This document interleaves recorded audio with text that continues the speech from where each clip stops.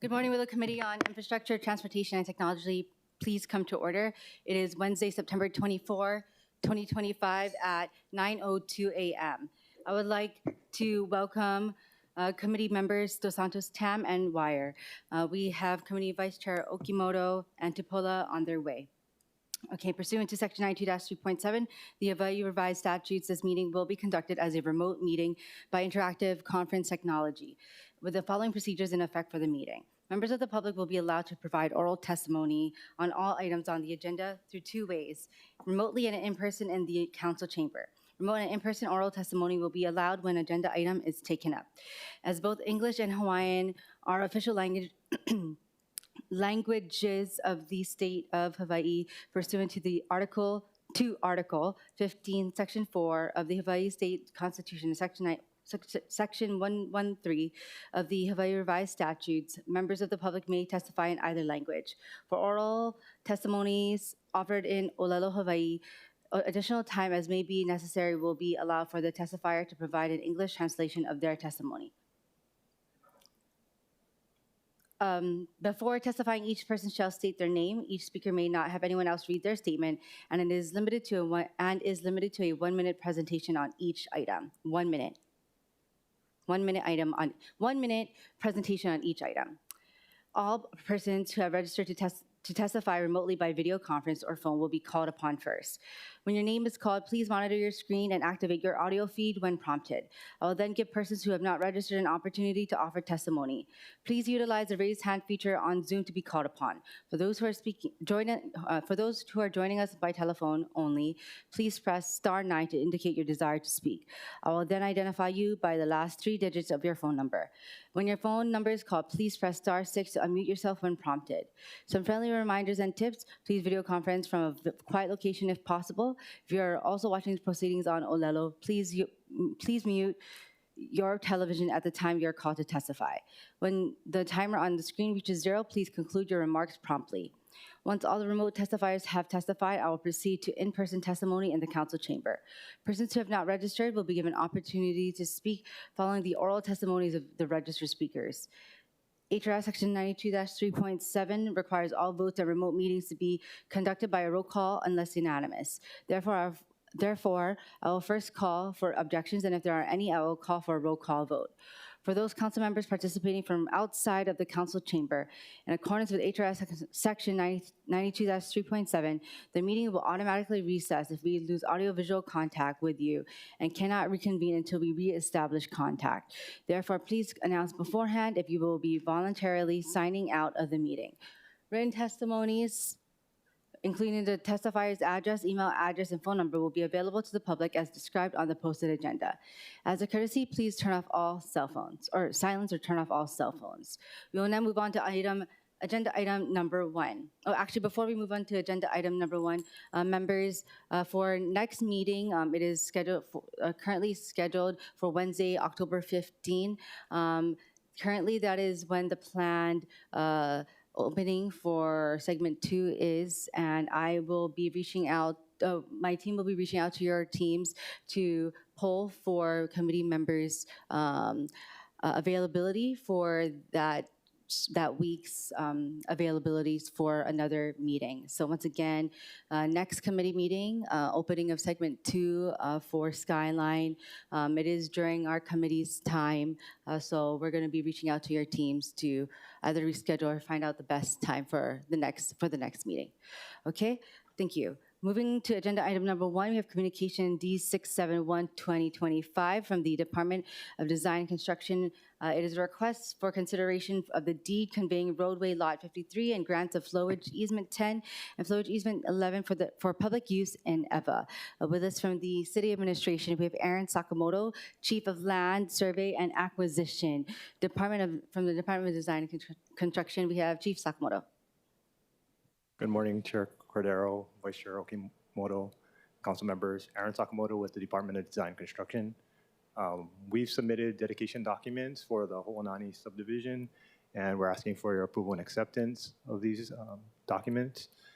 I'm available to answer any questions you may have, and also available for the next item on the agenda also. Thank you very much. Members, do we have any questions for Chief Sakamoto? Right? Seeing none, we will now proceed with remote testimony. We don't have any registered remote testifiers, but is there anyone online who wishes to testify? Chair, there are none. Thank you. Seeing none, we are now moving to in-person testifiers. Is there anyone in person who wishes to testify? Seeing that there's none, members, we are in discussion on this deed conveyance. Okay, seeing none, members, the chair then recommends that the document requesting approval and acceptance of the grant conveying easement for public use in EVA transmitted by communication D671 be reported out for council approval. Any discussion, objections, or reservations? Hearing none, so ordered. Moving forward to agenda item number 2, communication D698-2025 from the Department of Design and Construction. This requests the consideration of deed conveying roadway lots 19886 and 19887, grant of flowage easement 11180, and grant of temporary road turnaround easements 11178 and 11179 for public use in EVA. Once again with us, we have the Chief of Land Survey and Acquisition of the Department of Design and Construction, Aaron Sakamoto. Chief Sakamoto. Good morning again. Aaron Sakamoto, Department of Design and Construction. And we've submitted the dedication documents for the Ha'akea at Ho'opili subdivision and asking for your approval and acceptance of those items. Thank you. Members, do you have any questions relating to this conveyance for Ha'akea at Ho'opili subdivision? Okay, seeing none, we'll go to testimony, and if there's any discussion later on, we'll take that up after testimony. We don't have any registered or in-person testifiers, but is there anyone online who wishes to testify? Chair, there are none. Okay, seeing none, we will now ask if there's anyone in person who wishes to testify. Anyone in person who wishes to testify on this? Okay, seeing none, moving back into discussion. Members, any discussion on this conveyance? Seeing none, all right, members, the chair recommends that the document requesting approval and acceptance of the grant conveying easements for public use in EVA transmitted by communication D698 be reported out for council approval. Any discussion, objections, or reservations? Hearing none, so ordered. Moving forward to agenda item number 3, we have Bill 52, 2025. This bill relates to the maintenance of streams and bodies of water. This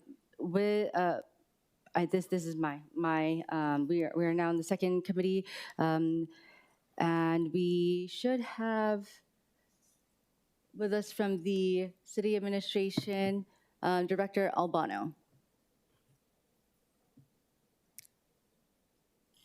From Department of Facility Maintenance. Okay. Seeing none, members, if we have any questions, we can take testimony first. Okay, seeing none. All right, we don't have any registered remote or in-person testimony, but is there anyone online who wishes to testify? Chair, there are none. Okay, thank you. Is there anyone in person who wishes to testify? Seeing none, moving forward, back to discussion, members. Any discussion? Did the director join us? Okay, seeing none, well, it just adds Endurbic Lakes to this bill. I'm just trying to kill time to see if the director is here. Seeing none, okay, I will now make my recommendation that Bill 52, 2025 be reported out for passage on third reading. Any discussion, objections, or reservations? I do have to say thank you, members, for your, and I quote, for supporting this, and I quote, Councilmember Dos Santos Tam, nerdy bill. Thank you. Hearing none, so ordered. Okay, so moving on to agenda item number 4, Bill 60, 2025. This bill relates to the Honolulu Authority for Rapid Transportation. For further explanation, we have both myself and the co-introducer of the bill, Councilmember Dos Santos Tam. I'll leave it to Member Dos Santos Tam for explanation, but members, we do also have posted to the agenda a proposed CD1 version OCS 2025-0749 of the bill submitted by myself. For your information, a summary of the amendments are listed on the agenda. Member Dos Santos Tam. Thank you, Chair, and thank you for co-introducing this timely measure with me.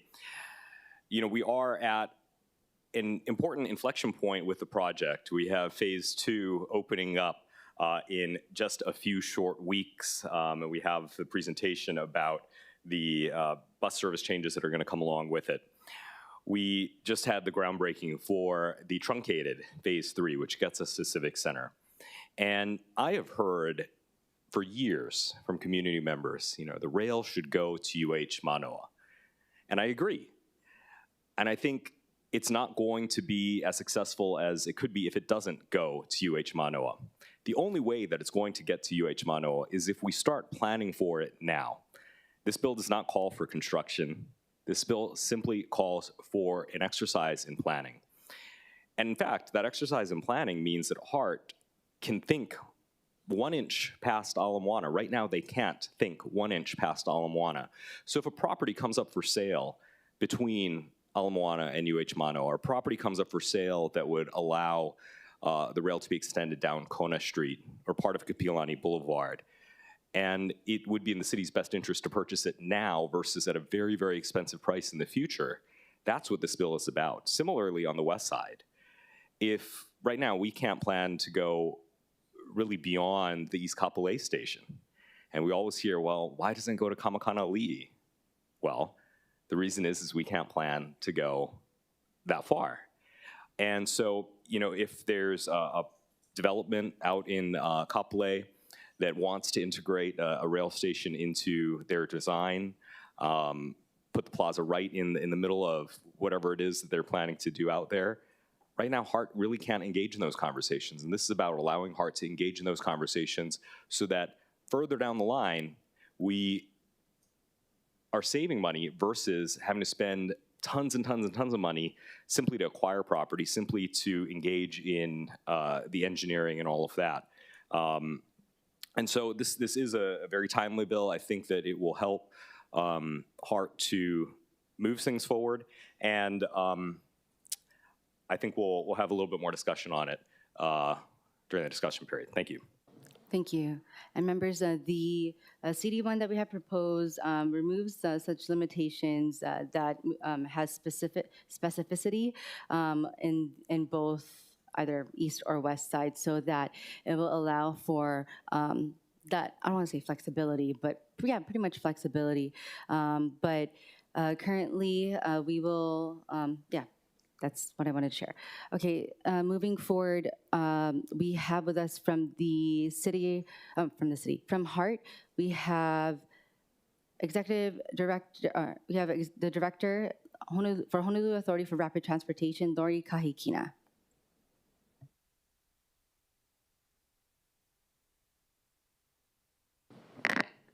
Good morning, Chair. Good morning. Council members. Thank you for having us.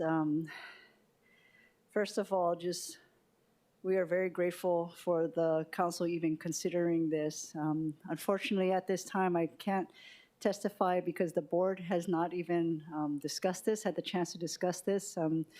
So that's all I can say at this point, but we would humbly ask if you could defer this until I could have the board feedback and we work collaboratively with you on the language of the bill. Thank you. And when is, Director Kahikina, when is the next meeting set for? It's this Friday, but the agenda was already posted. Agenda's already Okay. posted, but there is, under Executive Director Report, Bill 60 is there, but it's not a decision-making agenda item. So the next board where I can agendize it and where the board can make a decision on what I can testify to will not be until October, the third Friday. Is it October 24th? What is it? I'm sorry, the third Friday of October? Sorry. Okay, I understand. Thank you. I don't want you to say any more. Thank you. Because I know that you have not been okayed by the HART board to even Correct. speak on this matter. So Correct. thank you Thank you. for Thank you. just answering timeline questions, Yes. meaning the HART board timeline Thank you, questions. Chair. Thank you, Director Kahikina. Members, any questions as it relates not to this, but relating to maybe meeting of HART board? Okay. Seeing none. Members, we will now move on to testimony, and then we'll go to discussion. Okay, so we have, let's see here. We have with us Tom Berg. Chair, testifier is not logged on. Okay, next we have Donald Sakamoto. Donald, please unmute and then you will. Yes, good morning, Chair Cordero, Vice Chair Okimoto, and the rest of the members of the committee. My name is Donald Sakmo. I'm the President of Citizens for a Fair AD Ride. I advocate for people with disabilities on public transportation, bus, handy van, SKYLINE. My concern, I submitted a written testimony on Bill 60 regarding if we can have people with disabilities to be included when they're doing studies, expansions, and everything on the rail, so that we can more dialogue on the section 2.2 of Bill 60. Good example is on Dillingham Boulevard. I attended the Kawakawa Middle School, Elementary School meeting workshop for the rail station on September 11th, and there was a lady that was blind, same age as me, same eye disease, and she had concerns about the sidewalks on Dillingham being cracked, unable to go to the store to do grocery shopping. There should be more emphasis of studies being done for the people with disabilities. The AD law was passed 35 years ago, and we're still experiencing harsh elements like this. And I did bring it up to your attention at your office with one of your staff members. I brought it up with Laurie Kaikin on the Rick Amato show last year about NAM Corporation not doing proper Mr. Sakamoto, adjustments. Yeah. thank you for your testimony. Thank you. Bye. Next, we have Jacob Wincheck. And please correct me on how to say your last name, Jacob. No worries, Chair. Name Jacob Winsek. It's Polish, so inherently unpronounceable, but just like to testify in strong support of Bill 60. A good mantra to go by, especially for these large public works projects, is prior preparation prevents poor performance. And that's ultimately what Bill 60 is going to do. When we talk about the SKYLINE project over the last 15 years, one of the key challenges over and over again has been poor preparation leading to poor performance. That's why a much needed project has been delayed by over a decade, and why we have seen these significant cost overruns. We've got to get ahead of this now while we've built in the expertise at heart, and we actually have the experience on what needs to come next. You know, I'm a daily transit rider, and I was excited when segment 1 opened. Segment 2 is going to be even more beneficial, but I think we all know that when segment 3 launches in 2031, that's not going to be the end of SKYLINE.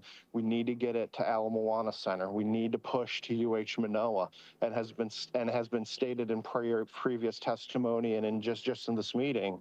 It can't just go to there's plenty of expansion opportunities to West Oahu as well. So I encourage the committee to continue supporting this bill through the legislative process. Thank you. Thank you very much.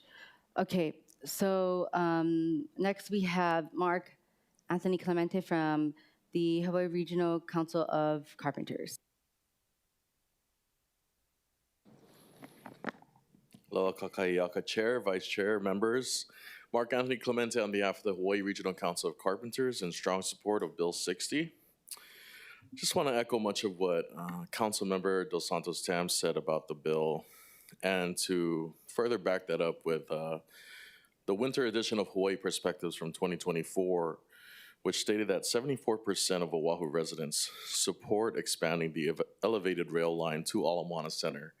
And to UH Manoa, 77% of Oahu residents support that. This is more than just transportation and multimodal transportation. This is really about unlocking housing, expanding connectivity for our students and our workforce to reach the University of Hawaii at Manoa, as well as our different workplaces. Mahalo for your support. Thank you. Thank you. Okay, members, is there anyone else in person or online who wishes to testify? If you're online, please use the raise hand feature. If you're in person, please line up here. Okay, please proceed. Please press the mic. Aloha, Chair, Vice Chair, esteemed members of the committee. Andrew Pereira, Director of Public Affairs with Pacific Resource Partnership. We represent the 6,000 hardworking members of the Hawaii Regional Council of Carpenters, in addition to 250 contractors statewide that give those members their work. PRP stands in very strong support of Bill 60. This is a common sense solution to making Skyline viable. Just consider if we had stopped construction of the H3 freeway halfway. It would be unusable. It would not make sense. Imagine if when Honolulu Hale was built in 1928, if we had not put a roof on the building. Again, it would be unusable. So Bill 60 is a common sense measure that allows Skyline to fulfill its promise of an alternative for those folks that live on the west side and to come into town and to make it a viable system. So I urge the committee in its wisdom to pass Bill 60 forward and allow us to continue the promise of Skyline. Mahalo. Thank you. Members, thank you. Is there anyone else in person who wishes to testify? Okay. Members, there are two options. You know, this is the first committee that we have. We know that there was a deferral request from Director Kahikina. We can defer here and then, defer here and then wait for the board, or we can move it to public hearing and then keep it in committee since council meeting is prior to the October meeting, and then keep it in committee pending the HART board's decision on whether or not Director Kahikina. This is not in alignment with HART at all. This is a council-initiated bill, so I do want to assure you folks that I do want to take the consideration of the HART board, but that this is an council-initiated bill, and this is part of our legislative process. Members, any thoughts? I'll go with Councilmember Tupola. Thanks so much, Chair. I'm interested in hearing what the HART board has to say, although I agree with you that it could be, you know, we could move without them. However, I think they're the people that discuss the rail the most. They see around the corners the most. They get the most feedback from the public about this specific project. Because I think for something as awesome as what we're suggesting, which is forward thinking, I would want more people to weigh in on it. And we didn't have as much people today. So I don't know. I just think it's safe to hear people's feedback, especially for the board members who I think dedicate a lot of their time voluntarily to this. So I don't know, maybe they're thinking of something that could help it to be better or something we're not thinking of. But either way, whatever you decide is good. I think that the bill in forward motion is good, but I also think that moving together with them is a good idea too. Thanks, Chair. Okay, thank you. We had Member Wire. Thank you, Chair. I'll just note I did have some questions for Director Morton when it's appropriate, but in terms of moving the measure forward, you know, I would support it going forward simply because this is the first committee meeting, so it'll be coming back to committee for adjustments. But I think it just signals our commitment to engaging in this conversation. I know that, you know, as the testimony indicated, we want to ensure that rail is utilized to its maximum potential, right, in our community benefits. And, you know, as we engage with stakeholders on increasing agricultural activity and creating the agriculture corridor, I know ultimately if we really want to keep the country, we have to allow for meaningful, vibrant communities that maximize density in the urban core and utilize multimodal transportation. And so I think, you know, this is a really exciting conversation to have. I know we're all awaiting the opening of the next segment, and so I would support moving forward if the committee chair was so inclined. Mahalo. Okay, thank you. Member Dos Santos Tam. Thank you, Chair. I'd also like to ask, there is a proposed CD1. I don't know if we'd want to move on the proposed CD1 that makes a technical change by making it an uncodified ordinance. And then that way the HART board can actually discuss that version rather than it as it's currently drafted. I don't know what you would want to do there, but either way, I'm in favor of moving forward both the CD1 as well as the underlying bill. Okay, thank you. I do understand the discussion about not having enough people know about it. I think with council meeting being on in Kapolei next month as well, and that being the second reading / public hearing of the bill process, maybe we'll try to do more outreach for feedback, not just there, but also to the HART board when they do get it scheduled as well. Thanks everyone. I'm just trying to weigh this all out right now. Yeah, you know what? Let me just go with the CD1 at the moment, and let's see here. I'll go with the CD1 first. The chair recommends that Bill 60, 2025 be amended to the posted CD1, OCS 2025-0749. Any discussion, objections, or reservations? Hearing none, the bill has been amended to a CD1. Members, I want to go back to discussion because I know that we had a question from Member Wire for the Department of Transportation Services. Do we have a representative from the Department of Transportation Services? Okay, thank you. Hello, Chair, members of the committee. Roger Morton, Department of Transportation Services. Mahalo, Director, and thank you for being here. And, you know, I know we're waiting on Hart's decision, so I didn't want to call them up on the design questions just so we don't intrude into anything. But maybe if you could just speak to the ADA considerations that go into rail stations and also maybe how folks can relate concerns to the city if they come up. And then secondly, could you just walk us through bathroom access? Because I know we went through that conversation before, but it came up recently at some community meetings. And I think that assumption is on our end is that bathroom access is available at all stations when requested, but maybe you could just walk through what triggers that and how to approach that. Sure. So with respect to the ADA, I know Hart's mentality is to exceed the ADA, not to simply meet it, but to exceed it. And in reviewing and looking at, talking to most of the members of the disability community when they have a chance to actually ride the system, they you know, are happy with the way it treats people with vision disabilities, with physical disabilities. I know that there have been some issues that have come up over the pathway, best pathway to the station. Sometimes the current ADA pathway kind of goes around, and as DTS is taking some look at some of those to do that, to just to make some simple common sense corrections in the way people navigate to the fare gates. With respect to the bathroom issue, yes, you're right that the current policy is that if there is quote unquote an urgent need, that the system operator will come down from their from the platform level to allow somebody in. That's not a perfect solution.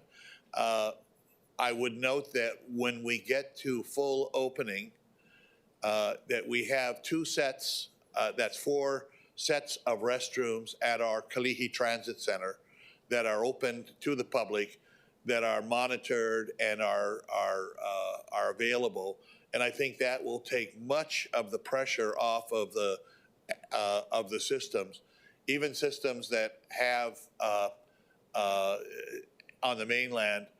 Many systems have key stations where bathrooms are available, but not all stations. And the reason is quite simple, is that stations in transit systems have become hubs where crimes occur, where, you know, to the point where stations that have open, you know, have to be monitored and have to have an attendant.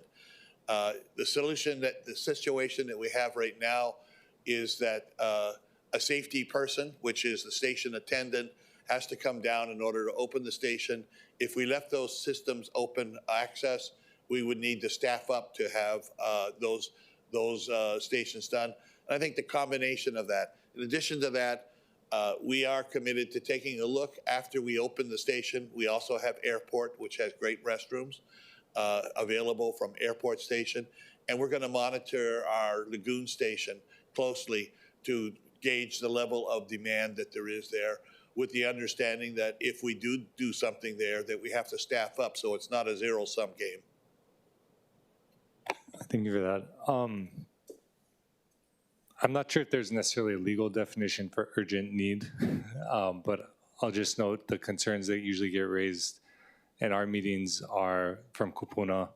And so I don't know what and maybe you could elaborate, and this is my final question, Chair, but just what kind of guidance is given to the staff to understand how to navigate that, because I think there's just frustration sometimes in the community, feeling like it's not as accessible as it should be. And understanding it sounds like there's maybe some logistics issues to work out, but I do think we want to make sure that community members, as we're incentivizing and encouraging them to utilize our public transportation, we don't want anything to create a negative experience to de-incentivize it, right? So just welcome input on that, but I think ultimately just ensuring that staff are getting guidance, because I know they're working super hard and doing the best they can, and so just whatever the policy is, that there is clarity on that. Yeah, I would point out there is no legal requirement to have restrooms at rail stations. Most systems do not. Some systems do, and some systems have key stations where they are available. And that's, as to what is urgent, I don't know if I could define it, but I know when it is. And we will continue to work with our contractor to make sure that the reception that people get is a reasonable reception. Mahalo. Thank you, Member Wire. Members, any other questions for Director of Department of Transportation Services? Okay, seeing none. Members, I did decide then, since we have public hearing in Kapolei, that I will then recommend that Bill 6025 CDB 1 be reported out for passage on second reading and scheduling of a public hearing. Any discussion? Any objections or reservations? Hearing none, so ordered. Moving forward to agenda item number 5, we have Resolution 25-262. This resolution repeals the policy on the fare box recovery ratio for the City and County of Honolulu bus system. For further explanation, I will defer to the introducer of the resolution, Councilmember Dos Santos Tam. Thank you, Chair. In 2000, the City Council established a policy for a fare box recovery ratio. And what that is it's basically a policy that says for the amount of money that we spend on the bus, that percentage, whatever it is the amount that it's the goal to have generated from passenger fares. And since 2000, we have not met this policy for almost half, perhaps more than half of those years. Then, in 2019, because we weren't meeting that policy of 27 to 33%, we lowered the percentage to 25 to 30%. And since changing that in 2019, we also have not met that ratio in every single year since 2019. This, to me, suggests that this policy is one that simply doesn't work. It's simply a lofty goal that we're not ever going to reach anytime soon. And it's not a particularly useful one for us right now. I think there's a lot of other metrics that we can use for evaluating the effectiveness of the bus, whether it's meeting the needs of riders, but this is not one of them. And I'll go into a little bit more about why I believe that later, but I wanted to introduce this resolution because we're not meeting this. We never have, and we're not going to anytime soon. And there's no penalty. There's no one gets fired if we don't meet this. Nobody gets fined if we don't meet this. It's simply words on paper, and I'd rather have metrics that we can actually stick with and actually use as a useful measure. Thank you. Members with us from the City Administration, we have the Director of Transportation Services, Roger Morton. Hi, Director Morton. Aloha, Chair, members of the committee. Roger Morton, Department of Transportation Services. I can't dispute what Councilmember Dos Santos Tam has said, that we have this objective and we haven't met it. I personally think that similar types of policies are useful. In this case, I think with the major shock waves that have hit public transportation across the nation, including COVID, including the migration to rideshare and those things, and also the fact that we have an incomplete rail system now that has large costs but really doesn't have large ridership. and therefore doesn't have a large revenue coming from it. I do think that when we do get the system into town, it might be worthwhile to look at it, but I have no objection to, I would have proposed to suspend it for a number of years, but I would not oppose this bill as simply eliminate it and then take another look at it when we have our transit system completed and into town, when we expect much higher ridership. Thank you, members. Do we have any comments or questions for Director Morton? We have Committee Vice Chair Okimoto. Thank you, Chair. Aloha, good morning, Director Morton. I'm just looking at the resolution, and I was just curious. The last time that the reports showed that this was met was in 2016, and then they have dates prior to that and after, and since then where they haven't been met. Do you have any inclination as to what was the reasoning for that? Is it back in 2016 the ridership was just higher than it has been now, or is there another reason? Well, frankly, there's two reasons. One is the increase in costs of the system, and the second reason has been that we have had since COVID a reduction in ridership for the system. And so both of those increased costs plus decreased ridership and therefore decreased revenue contribute to not meeting the goal. In 2019, I think we came very close to the goal. That was our pre-COVID year. And of course, this municipality, this city is not dissimilar from the situation all over the country with systems that are in, I would say, more dire straits than we are. Thank you, Director. Thank you, Chair. Thank you. We have Councilmember, Member Wire. Thank you, Chair. And mahalo, Director, for all the work you're doing, of course. I'm just curious. I know we've had the conversation, and I know both the department now and then, also long-time transportation planners that, believe there should be some skin in the game. But I think really what I'm just curious is for those jurisdictions that have implemented fare-free public transportation, and it's pretty broad in terms of on the political side. I mean, we have Utah, places in Colorado, in Maryland, Massachusetts, Virginia. So I'm just curious, not saying we need to jump to that direction, but how do places like that make it work? Yeah, I welcome your insight. Well, I also believe that passengers should have some skin in the game. That Understood. Transit should not be a 100% pure entitlement service, but it should be affordable. I think ours are.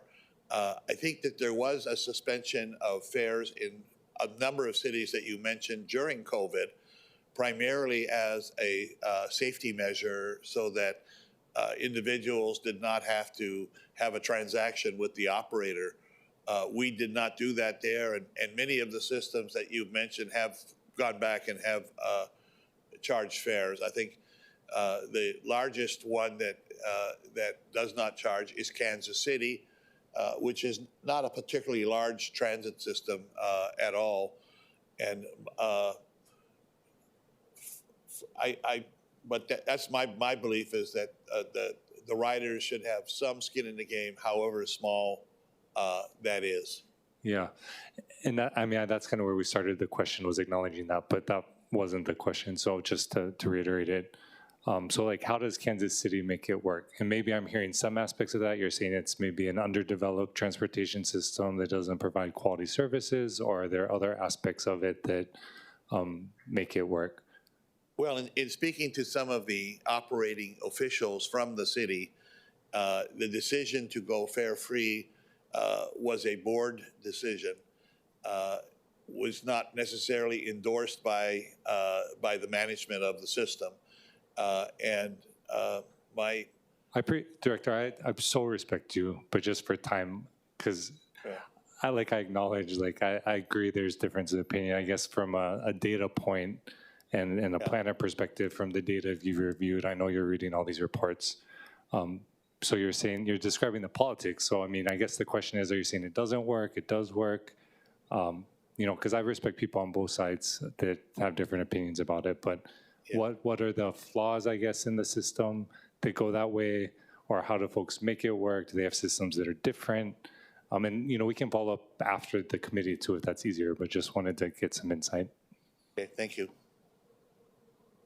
Did you have any insight now, or did you want to provide follow-up? Well, you know, people have to feel safe and secure on the transit system to use it. And providing free transit can have external, you know, disincentives. People can ride. It's not a surprise in the community that, you know, that we have a crisis on the streets.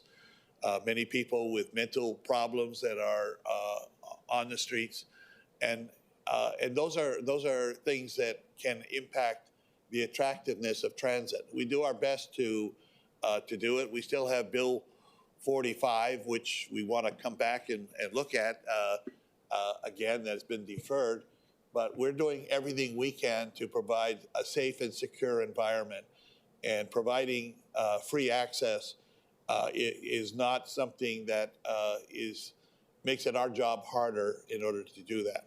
Okay, thank you for attempting. Mahalo, Director. Okay. Thank you, Member Wire. We have Member Dos Santos Tam.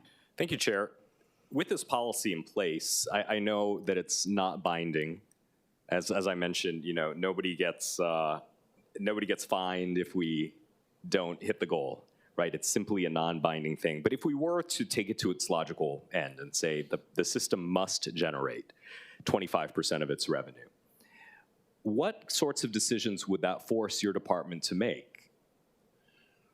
Do we have to raise fares simply to meet it? I think what we would probably do would be to look to cut our expenses first.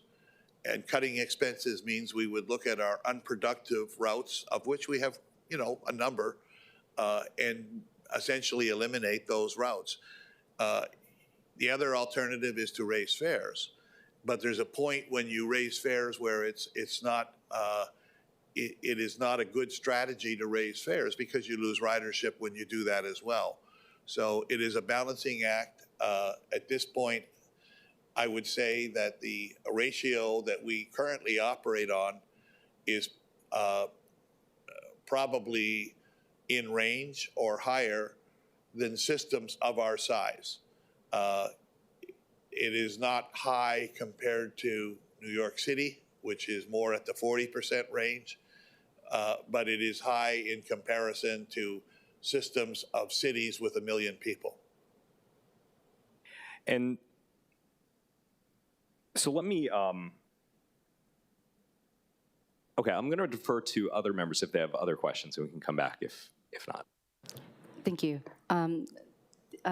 Thank you, Member Dos Santos Tam.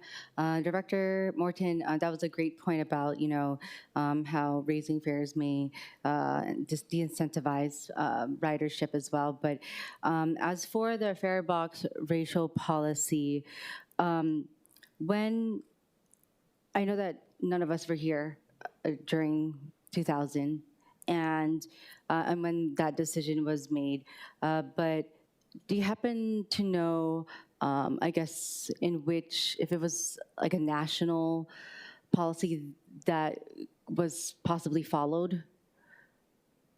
It was not a national policy, although there are other peer systems that had and have had something similar that has been done in the same way it's done here, as a policy statement by a governing board.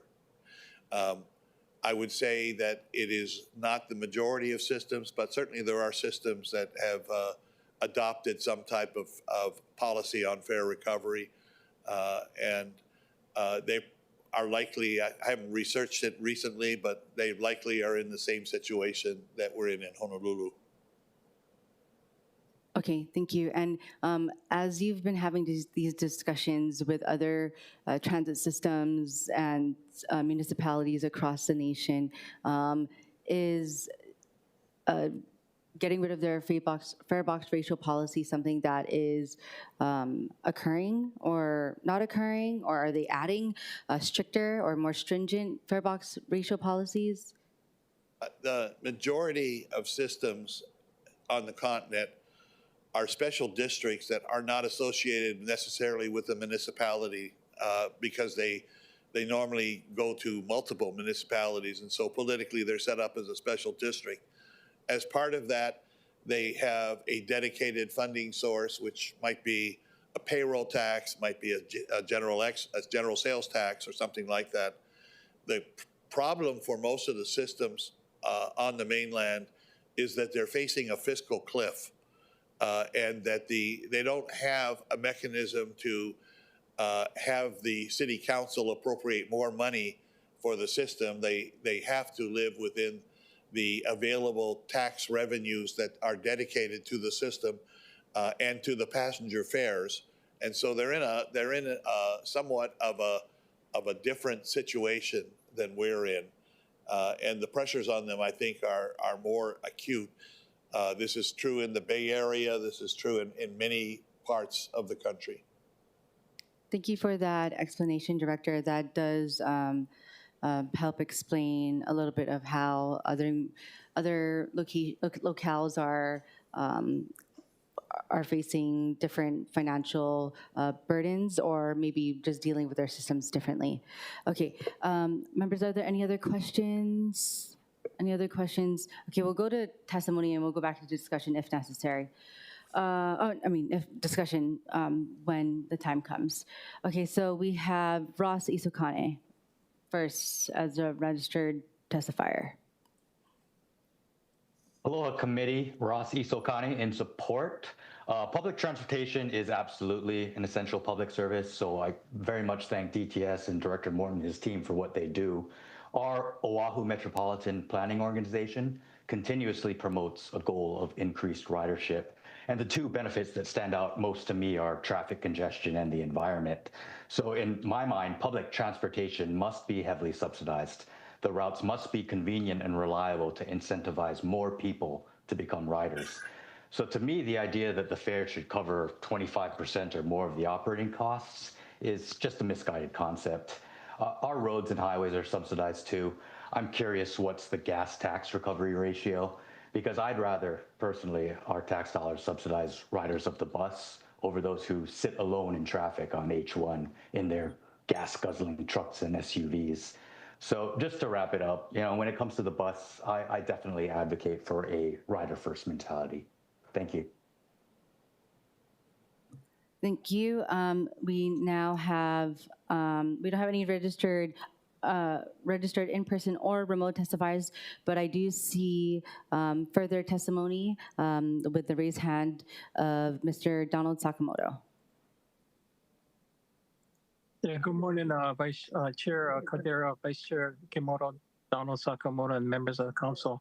I was there in 2019 when they dropped their fare box ratio. I was at the meeting and I heard them pass the fare box.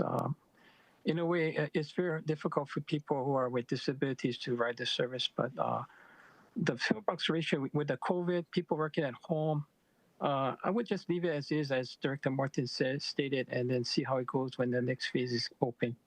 Thank you. Thank you. Is there anyone else online or in person who wishes to testify? Chair, there are none. Okay, seeing none. Members, we are back in discussion. While we are in discussion, I would like to announce that Councilmember Tulba is online as well. Member Tulba, I know that you may be at a school at the moment, but let's see here.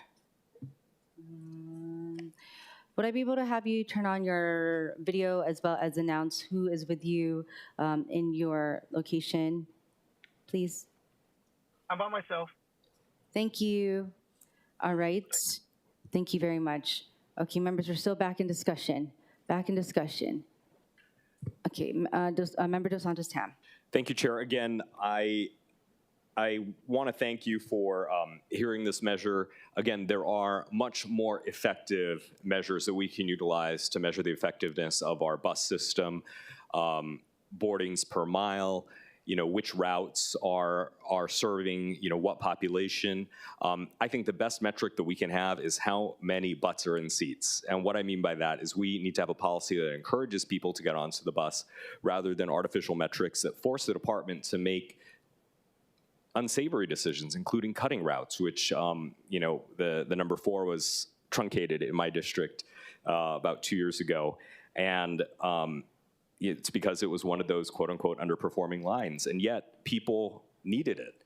And so I think that this will, repealing this policy will help us to focus on more effective metrics moving forward, especially now that SKYLINE is going to be integrated with our bus system in an even bigger way. Okay, thank you. Members, any other further discussion or questions for the city administration? Okay. Seeing none, the chair recommends that Resolution 25-262 be referred to and accepted by the Committee of Budget for further consideration pursuant to its consecutive referral. Any discussion, objections, or reservations? Hearing none, so ordered. Moving forward to agenda item number 6, we have the resolution 25-263, which requests the Department of Transportation Services to partner with the Hawaii State Library System to implement an 18-month pilot program for a vending machine library at certain SKYLINE rail stations. And mahalo to my co-introducer, Member Toba. I will defer to my co-introducer of the resolution, Member Toba, for further explanation. I said that twice. Go ahead. Thank you, Chair. Just really excited about, the utilization of our rail line to promote reading. As someone who grew up with dyslexia, I see the importance of having things like this to encourage, our ridership to read. And so I'm very, very thankful for this opportunity, and thank you for introducing. Thank you, Member Toba. At the interest of time, I do want to ask if we have Stacy Aldrich from the Hawaii State Public Library System with us. Aloha, thank you very much for being here. Hi, Mallory Fujitani on behalf of Stacy Aldrich, State Librarian. We've submitted written testimony in support, and so we are supportive of a pilot project. We have not implemented this vending machines at any of our libraries. We have been studying or researching the issue for a number of years. So we look forward with the partnership with the city to explore the possibility. Also, we know that there are a number of issues that we need to address, but as it states in the resolution, this is a pilot project, but happy to answer any questions. Thank you, members. Any questions for Ms. Fujitani? Thank you very much. Mahalo.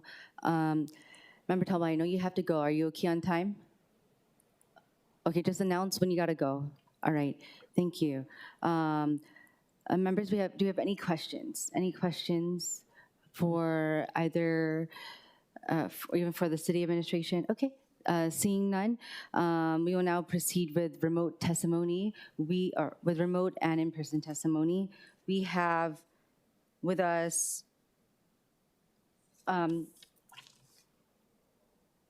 okay, no, I think that's all we have. Is there anyone else online who wishes to testify? We have Mr. Donald Sakamoto.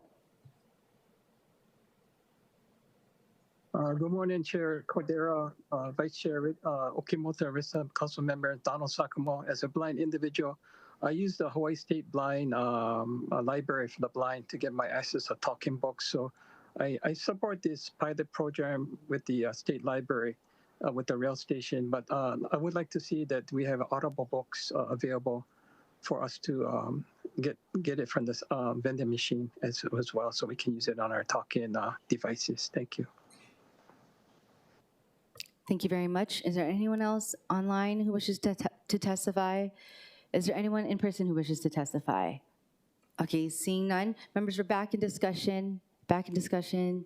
Okay, at the interest of time, thank you, Member Tulba. I know that you're leaving the committee, so just announcing that Member Tulba is leaving this remote meeting. Okay, mahalo. Okay, so members, where are we? The chair that recommends that Resolution 25-263 be reported out for adoption. Any discussion, objections, or reservations? Hearing none, so ordered. Moving forward to agenda item number 7, we have Bill 42, 2025. This bill relates to taxi cabs. Members, we have posted to the agenda a proposed CD1 version of OCS 2025-0677 of the bill submitted by Councilmember Tupola. For your information, a summary of the amendments are listed on the agenda. And I will also defer to Councilmember Tupola for further explanation for her CD1. And once again, mahalo to both Councilmember Tupola as well as the co-introducer, Member Wire, for bringing this bill to the committee and allowing for further discussion. Councilmember Tupola. Thank you so much. And also thank you to Councilmember Wire's office. They did attend the meeting when we worked with CSD on the various amendments that are listed here on the CD1. For summary, we did remove the digital dispatch taxi company and digital network, which was brought up in the last hearing, as well as amending revisions of the establishment of maximum fares, establishing that fares or charges are permitted when the taxi cab is hired as opposed to when it's actually occupied. Because actually right now, if you were to order a taxi cab, say in the North Shore, there's already a charge because that's a very long distance if someone cancels. We talked with the industry and with CSD and they understood that amendment. Lastly, adding language to assure that all taxi cab drivers and companies are exempt from fare charges established by CSD as set forth in ROH Chapter 36, Article 1. Lastly, we added a new Section 4 of the bill, which pertains to jitney operations, removes any references to baggage charge as established by CSD. With that being said, I do want to, when the time is appropriate, address the amendments that were suggested in written form, Department Communication 731. Thank you, Chair. Thank you. I'll allow Member Wire anything. Okay, Member Tupola, do you want to go ahead and address the testimony as provided by? Sure. I think we do have the director here. So. Oh, sorry. She was hiding behind this computer here. Okay. Yes. From the City Administration, we have with us from the Department of Customer Services, Director Hashiro. Aloha, Director. Thank you for being here. I know this has been a labor of back and forth and understanding the issue as well as understanding what the industry is going through. So thank you very much. Based upon what you wrote, I have no problems. I did speak with the industry and the stakeholders. They have no problems. So based upon what the chair recommends, we could either do a verbal or we could do it when it comes back to committee. But I thank you for your ongoing discussion. Your department has been great. I know I have you working on a lot of different things besides this. But at the end of the day, we're just trying to support local, help our industries thrive so that they don't get shut down, because some of them have been legacy industries from families here in Hawaii. So thank you, Director. Thank you, Council Member. Really appreciate. I also agree it's been a lot of time and energy spent on this, but I understand how important it is. And we're glad that we could come to an agreement regarding this bill and moving forward together. Thank you, Director. Thank you, Chair. Thank you. Before I address the testimony, Director Hashiro, when was this testimony formulated? I know that it's dated yesterday. And did you get to talk with either of the introducers prior? Yeah, so we've had many about this language? Specific to this, no. I'm sorry. This was something that when we looked at the bill that was being presented for consideration today, it was a way that I thought we could just provide some evaluation and assessment at a future date. I didn't want there to be just an open-ended and no evaluation. Actually, Councilmember Tupola and I had discussed this way back in a much earlier version as far as a pilot period and an evaluation. But we thought this way, having CSD provide input would be probably the most expedient way to provide some kind of assessment to the changes. Okay, and so this didn't come up during your many meetings with them prior, and also, I mean, once again, this was dated yesterday. A Yeah. heads up would have been good for the committee. Yeah, or the so I introducers. apologize that it was late. It is something, as I mentioned, that we had talked about in terms of not having an open-ended and no sunset. The concept had been discussed prior with Councilmember Tupola, but this format where it would be a report from the CSD department is new. As of yesterday, Director? As of this week, As of this week? yes. Okay. So very recent. Okay. Just hoping that we can have, not quicker, but like easier, because once again, I know that we have our deadlines at the council, but just want to ensure that we can have something that could be possibly written for members to consider. I will allow for a verbal amendment this go around, but as it's just, one sentence in the resolution, but just want to ensure that we have things for the members to consider. We will do that moving forward. Thank you. I really appreciate it. Thank you. Okay. So, members, do you all have the Department of Communication 731 on your desks? I just want to ensure that. On the second page, on the back page over here, I will allow either of the introducers to read it so that we know what the language is and it's recorded online. So once again, it is on Departmental Communication 731 for 2025. And on the back page, I'll have Member Tupola read the recommended Section 3 of the proposed CD1. So this recommended language will be a additional or further verbally amended to the proposed CD1 that we have right now that's listed on the agenda. Okay, so Member Tupola. I move to verbally amend the current CD1 as listed, Section 3, subsection F to Section 36-1.9 as followed. Section F shall say, no later than 5 years after the effective date of this ordinance, the Director of Customer Services shall submit to the City Council recommendations regarding the repeal, modification, or extension of Chapter 36, Revised Ordinances of Honolulu 2021. Okay, thank you. All right. Second. Seconded by Member Wire. Thank you. So I know that we have this verbal amendment, and I know that we have, we do also want time for OCS to review it, but so there may be, after further review in the next committee, if there's any possible changes, even technical amendments needed by OCS, due to this proposed language, that will be okay with members going into the next committee? Yeah, Chair, that's fine. And I do, for the department, want to reiterate your statement that if there are any other suggested changes, we need it done before committee. I think that myself, as well as Councilmember Wire's office, has attended multiple meetings. We appreciate the communication, but we can't be always doing verbal amendments, especially as simple as this that could have been included prior to today. So I apologize that it wasn't included. I think moving forward, I'm hoping that the bill will stay together so that as the committee as well as the public reads it, it's clear what we're passing, what we're discussing. Thank you, Chair. Thank you. Mahalo to you all, and mahalo, Director Hashiro. Okay, so moving forward, we had that motion. Any discussion? Oh, sorry, I forgot testimony. I'll go with testimony. Thank you for that motion. I'll ask for the motion later on. I'll make the motion myself later on. Moving forward, we will move on to testimony. We have, oh, it's in the back. No, here. We have Ryan Naka.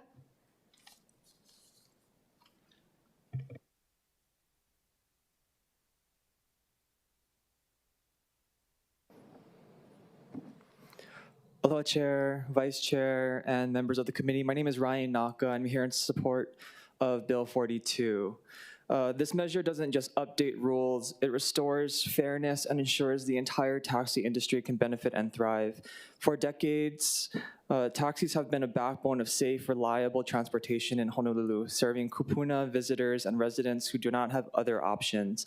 By leveling the playing field, this bill gives our taxi drivers the chance to compete fairly, revitalize their industry, and continue providing the critical service our community depends on. I want to sincerely thank Councilmembers Tupola and Wire for championing this issue and the Department of Customer Services for their thoughtful support. Mahalo. Thank you. Next, we have Dale Evans.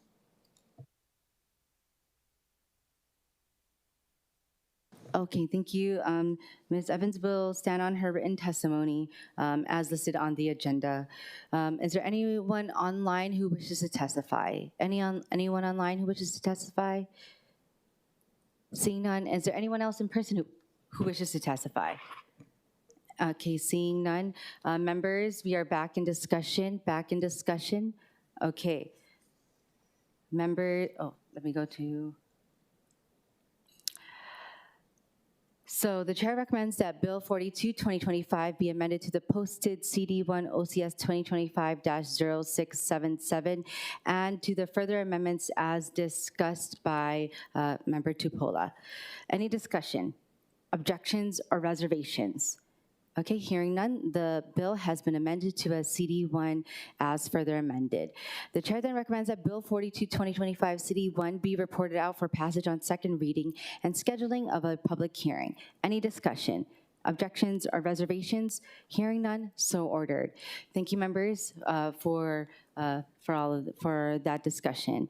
Moving forward to agenda item number 8, we have informational briefing. We have bus operations, including the bus rail integration plan, the bus route modifications to coincide with the launch of SKYLINE segment 2 and the potential for future fare adjustments. And this is going to be done by the Department of Transportation Services.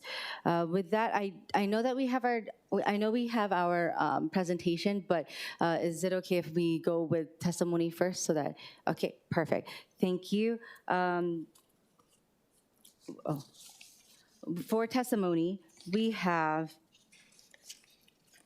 Michael DeLeon, followed by Ross Isokane, followed by Luca Cuniberti, followed by Angela Young. Okay, Michael DeLeon. I'm sorry if I said your name wrong. Please press the on, off, I think.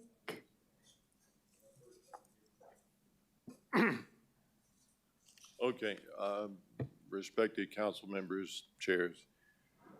I oppose the elimination of the Route 20 for good reason. It will disrupt the lives of too many who have depended on its reliable service through the years, especially here in Chinatown. It will greatly disrupt their lives, their routines, everything, especially the elderly and disabled. I propose a compromise. The DTS seems dead set on the W line, so be it, and won't provide a replacement for the 20. So therefore, I propose that we have 2 routes go to the airport, the W for the tourist, and the 20 to continue to serve its public's needs. After all, there are several routes going to Waikiki. Why can't we have at least 2 going to the airport? We're the people. We have needs, rights, concerns, interests that need to be addressed, represented, and served. They're not being here. We need the 20 to continue to serve this area until something better comes along and before rail comes rolling into town. That will be some time. Okay, thank you. And may I have you state your name for the record again, please, into the open mic? Michael DeLeon. Okay, thank you very much. All right, next we have Ross Isokane. Aloha Committee, Ross Isokane, opposing eliminations of popular local bus routes. Now, I've heard concepts in the past that the bus can't please everyone. It can't be everywhere. Well, we don't expect it to be everywhere, but given the bus is subsidized by our tax dollars, we do hope for a rider-first mentality. Now, concerning Route 20's elimination, as the previous testifier spoke to, DTS has noted it will be replaced by a better W line. Now, for context, EVA-bound Route 20 runs along Beretania, while the W will run along Nimitz. That is not a small detour. The narrative is that the W will provide direct service between the airport and Waikiki. These special buses will even accommodate luggage. Sorry to point this out, but given the bus is taxpayer subsidized, this W line sounds like a nice windfall to the Waikiki tourism industry. And because it's coming at the expense of locals and Kupuna who rely on Route 20, just my opinion on this. This is not the Pono path. Thank you. Thank you. Next, we have Luca Cunimberti. Yeah. Aloha, my name is Luca Cunimberti. I'm representing myself, but one second. I am a resident of the North Shore of Hawaii and a member of the Hawaii Youth Transportation Council. And kind of rare for a North Shore resident, I'm actually in strong support of rail. But I think it's really frustrating seeing the North Shore connections to rail, where it's 3 to 4 seat ride just to get to a rail station.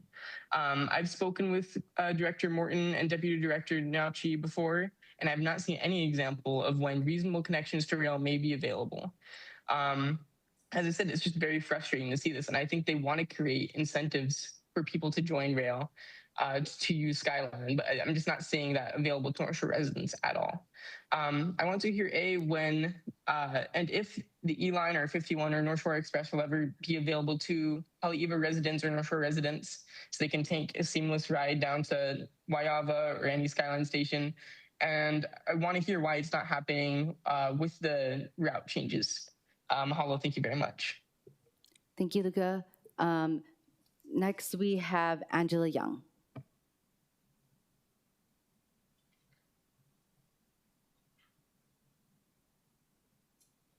Testifier is not responding, Chair. Okay, thank you. All right, is there anyone else in person who wishes to testify?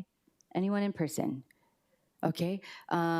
Is there anyone online who wishes to testify? Anyone online? Okay, seeing none, we will now kick it over to the Department of Transportation Services. We have the Deputy Director, Deputy Director John Ochi. Aloha, good morning. Good morning, Chair and committee members. John Nouchi, Deputy Director, Department of Transportation Services. So first of all, mahalo for the opportunity today to discuss these upcoming changes in our growing multimodal network. Really, mahalo to this committee and to actually this whole council for engaging with us really consistently and regularly on these changes that lie squarely in some of your districts. And really, every member of the council has expressed great interest in what we're doing. And that to us represents kind of a change in how we look at transportation in our city. And we really, really do appreciate this because, you know, when we're all talking about transit, when it becomes all of our concern, our whole community benefits. So thanks to this committee and the council. And I know a lot of you do ride our services, so that makes a big difference to us. So while we, of course, are very excited for the second SKYLINE opening, we are also as excited for some of the changes slated to take place at the same time in our bus network. So some are small changes and some are broadly large, but they are all purposeful and intentional to create the strongest multimodal network between SKYLINE and the bus and using both to the greatest potential. So I will jump in right now on this presentation, and then maybe I can perhaps address some of the issues brought up in testimony. So the first off, when we open the second 5-mile extension of SKYLINE, which gets us 4 more stations to the Kalihi Transit Center at Kahawiki, one of the major changes that everybody's gonna see that is different is that our operating hours are going to be different. Right now, we operate 5 a.m. to 7 p.m. on weekdays and 8 a.m. to 7 p.m. on weekends and holidays. What we'll see once the second opening happens, we'll have a 7-day schedule, which will operate very early in the morning from 4 a.m. and we will operate all the way until 10:30 p.m. And what that means is that we never have to question the operating hours of SKYLINE, and that will be a huge leg up for people. I mean, and probably one of our largest customer inquiries is why doesn't SKYLINE run longer? So we will have the opportunity to do that. And for public events, the potential of extending Skyline beyond, say the midnight hour or those kinds of things, we'll have that opportunity to do that on a case-by-case basis to actually bring that benefit to people when we have holidays or large-scale events, such as we did with the Megabon 2 weekends ago at the Leeward Community College. So first of all, it'll be really easy to communicate, 4 a.m., 10:30 p.m., 7 days a week, 365 days a year. Moving on, we are introducing a new level of rapid bus services. So we will have Skyline between East Kapolei all the way to Kalihi Transit Center. And so that extension will bring upon 3 new rapid bus lines, the A line, the U line, and the W line. And the reason why we're calling these things on and rebranding these is we want them to look and feel like a swift, direct, and connected extension of our Skyline system. So we'll hop into the details here. The A line will operate between the Ahua Lagoon Drive Station and UH Manoa via downtown Kaka'ako, Mo'iliili, and UH Manoa. So it is basically doing what our current Route A City Express does, except it is notably shortened to operate between Ahua Lagoon and UH Manoa via the same alignment that we do right now. If you look at the existing Route A, it does extend out to Pro Ridge, but quite notably, I think one of the points I need to bring up and emphasize is Route A was actually Honolulu's precursor to a rail system. It was really the first thing I worked on back with Director Morton when we were both at OTS. Back in 1998. And it was one of those things where the A was used to kind of feel out what that corridor looked like for rail. And it was always our assumption that as we built rail, the A would be substituted with rail. So that explains why, and I know it's been contentious in the community, why the A constantly gets shorter. When we opened the first segment of Skyline, the A stopped servicing Waipahu because Skyline was there. And now that Skyline is extended again, we're shortening the A further from Pro Ridge to Ahua. The new A line will connect directly at Lagoon Drive Station. Our passengers will get off of the eastbound track of Skyline and go right down one level, walk right out to a bus stop right there on the curb to hop on the A. And from there on, the experience will be similar to our Route A right now. However, we have chosen at this time to reduce the amount of stops, and that's so that the bus has, a greater ability to take, I say take flight, but to go faster, to get people where they need to go with minimal delay. And I think when you look at these rapid buses that we're providing, part of the planning goal was to reduce as much delay as we can for people and to make sure that, it's hard to get people on a bus when if you drove in your car, you would go a more direct path. So we're looking at direct, swift, and rapid connections with high frequency. So in that vein, we also are putting in a U line.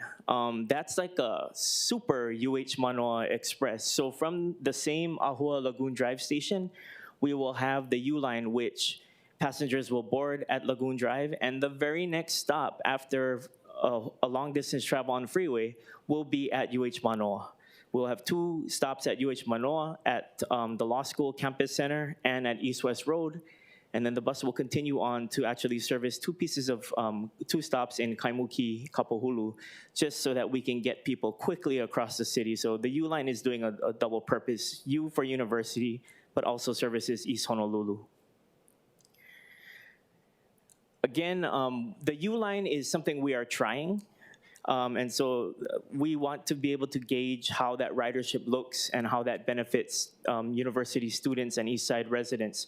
So what we've done is we've really tailored the times to match up with start times for different workers at the University of Hawaii at Manoa. We've worked with the UH team there. So we have more of the service staff level people that need an earlier bus to get to work. And we also have a trip that services more of the administrative and office staff, and we have a regular service that services the the students on the hour. So the W line here, the W line is a rapid express route that connects not only the Ahua Lagoon Drive station, but it originates and ends at the Lelepaua Daniel K. Inouye Airport station, right in front of the station. And what that does is it is a straight line route that proceeds directly from the airport down Nimitz Highway onto Ala Moana Boulevard and to Waikiki. We are reducing the amount of stops again for a rapid ride. Currently, the trip on our current Route 20, it does a lot of deviations through Iwilei and other areas along the way, and a lot of that is historical. But we're reducing the amount of stops on the W line from about 50 to about 15. So let's think about that again. Straight line routing and much quicker travel across our city. So we can see that depicted here. This is the existing Route 20, which operates between the Halawa Aloha Stadium Station via Nimitz Highway into the airport, continuing on Nimitz Highway through Iwilei, through Chinatown and downtown, and then meeting up again with Ala Moana Boulevard to continue into Waikiki. And same in reverse. The W line will stay on straight line paths on Ala Moana Boulevard and Nimitz Highway to the airport. And I think, we don't, addressing some of the testimony that we've heard, I want to be very clear with the council that, we never make our transit decisions in a vacuum. Prior to implementing or considering the implementation of the W line, we wanted to make sure that there were substitute services that addressed the needs of the areas that the W line was not going to service in favor of Route 20. And so within the last year or two, we have implemented two major changes in our service. One was the Route 151, which is a Chinatown shuttle that provides some Mauka-Makai circulation to Chinatown residents. And yes, the Route 151 was designed to service Kupuna, who took up residence in Hale-Wai'olu, but it really does service a pretty wide swath of Chinatown, and it has grown to be one of our more popular community circulator routes that we have. Second change was realigning and connecting Kalihi and the Nimitz Highway corridor and Iwilei via our Route 7. So understanding that we wanted to straight line the route, the W line, we did in advance want to make sure that the Iwilei corridor connection to Nimitz Highway and Kalihi was strengthened via Route 7. And so we can see here the 15 pairs of stops we have for the W line between the airport and Waikiki. And note the direct travel to and from the airport and the Ahua Lagoon Drive station. So this is a comparison of the routes that, between the Route 20 and the W line. And as the testifiers have pointed out, we are missing a section because of the straight lining through the Chinatown neighborhood. One of our considerations, though, is that I also want to point out that any change we do for Waikiki, of course, people can say that it's for the benefit of our visitors and our tourists, but we cannot ignore the thousands of people that work in our service industries and other industries in Waikiki, plus the residents we have in Waikiki that need their mobility in and out of that very densely packed area. So, in some ways, how we say if it's good for the keiki and the kupuna, it's good for everybody. If we do something good for Waikiki, it really is good for the island at large, at whole, some of whose residents come way from the west side, Ewa Beach, Waianae, Kapolei, and will use SKYLINE to connect to this very frequent W line. So beyond those broad rapid bus lines, we are making some very prescribed changes to our other routes in the neighborhood, especially at the Lagoon Drive station. We are deviating our trunk routes 40, 42, and 51, which all share the same alignment. They used to be straight lined on Nimitz, but we are dipping them in so that they can touch the Lagoon Drive station directly and also provide better access to the airport industrial area along Uolena Street and Ohohia Street. So those buses will be doing that, which would mean direct access to as far as Makaha, Eva, and Wahiawa. I know something that we have was something that Councilmember Okimoto has asked us for since we opened Skyline. And with the partnership between Hawaii State DOT, we have built up infrastructure such that we can now, as the testifier noted, connect Central Oahu to the Waiawa Pearl Highlands Skyline Station. So we will be doing that with our Route 51, which services all the way from the Wahiawa Heights, Wahiawa Transit Center, and Mililani through the Central Oahu corridor, which includes Seaview, Crestview, Waipi'o, Koa Ridge, and get them directly to the Waiawa Pearl Highlands Station. So we're very happy with that small change. Also, we will be connecting our existing Route 43, which goes kind of to Waiawa Road. But since we do have that turnaround now at the Waiawa Pearl Highlands Station, we're extending it just a little bit more to the station. So if you live on the back roads of Waipahu, you can now have a one-seat ride directly to the Skyline Station. Other changes that are happening, because we have now a 10-minute Skyline service between Kalihi Transit Center and the airport, we are restructuring some of the services that used to do that, and our Route 303 will now turn into Route 331, which connects Hickam to the Makalapa Joint Base Pearl Harbor Station. And additionally, currently all of our new riders that we've welcomed aboard Skyline since we opened, they use the PH8, which operates out of the closest station that we have open right now, which is the Halawa Aloha Stadium Station, to Joint Base Pearl Harbor and Hickam. So since we're gonna have a dedicated Hickam bus, we are going to take people from their new station at Makalapa Joint Base Pearl Harbor Station at Radford Drive and run a more frequent direct loop into the shipyard and into Joint Base Pearl Harbor for the Navy side. And actually, just as a note, that will run all day, whereas right now we just run peak hour. And I think our last change is just gonna be a small frequency adjustment to account for ridership levels and schedule available time on Route 46. It currently runs at a 10-minute service. We will be bumping the Route 46, which connects people from the west end of Skyline to the rest of Kapolei to a 15-minute service. And then that's all the questions I have. If the committee or anyone has any questions, I can address those now.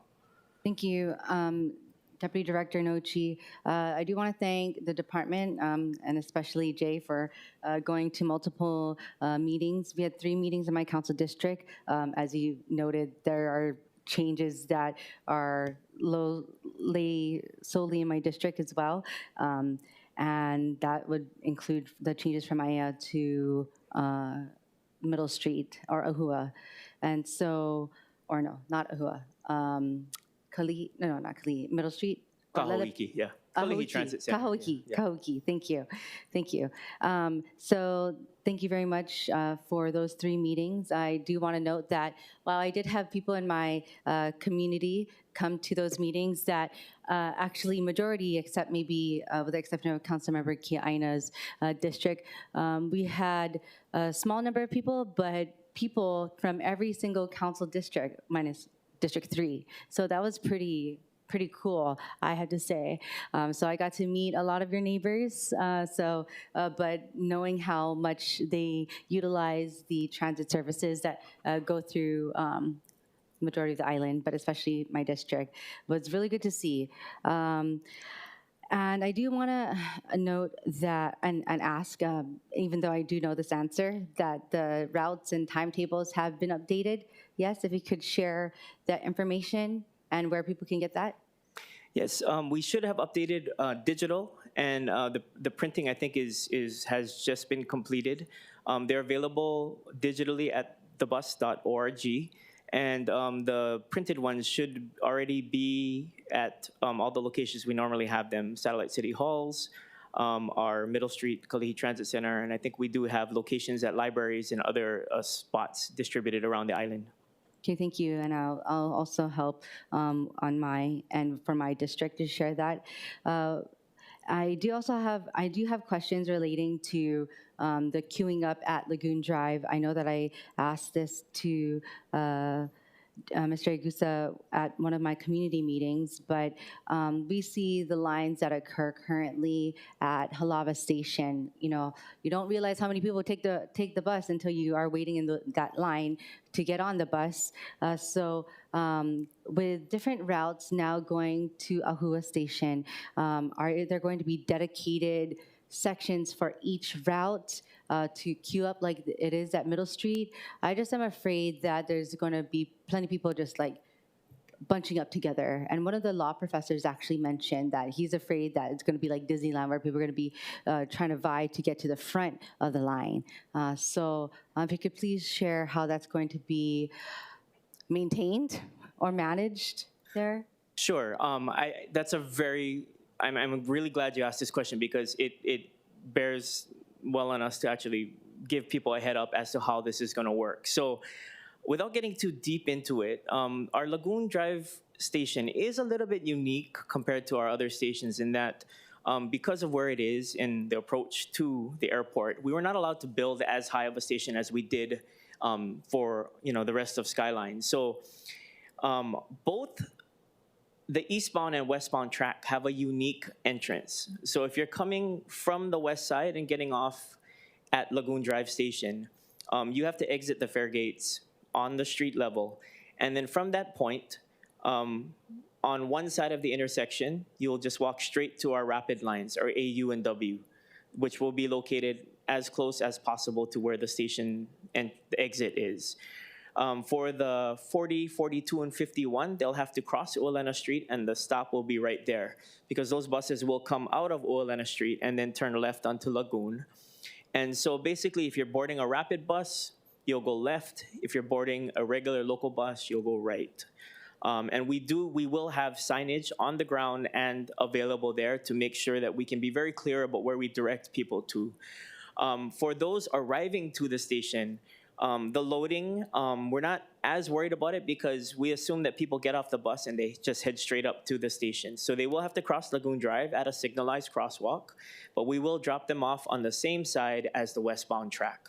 So they'll get off the bus on Lagoon Drive right before Uolena Street, then cross at the signal, and then go straight into the westbound track for westbound side of the station for SKYLINE.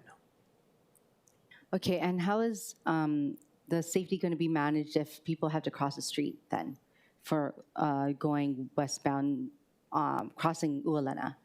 They do have a fully signalized intersection there, and crosswalks and signals and crosswalks in all four legs. And there's going to be enough space for people to queue up? Yes. Okay.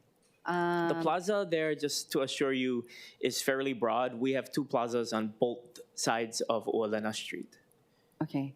And my next question, since there will be routes, and so a few of these newer, or sorry, I won't say newer, but adjusted routes will be still going through Nimitz, right?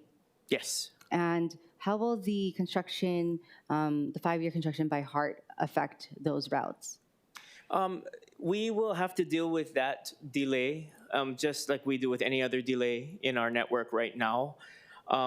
We are looking at other things we can do to sort of expedite the travel through the network. And I think that's why we wanted to make sure that these were swift and direct and stopped at stops that actually mimicked the future SKYLINE alignment. If you look at the W line, we've placed the stops for that to be really pertinent to where future SKYLINE stations would be upon our full build out.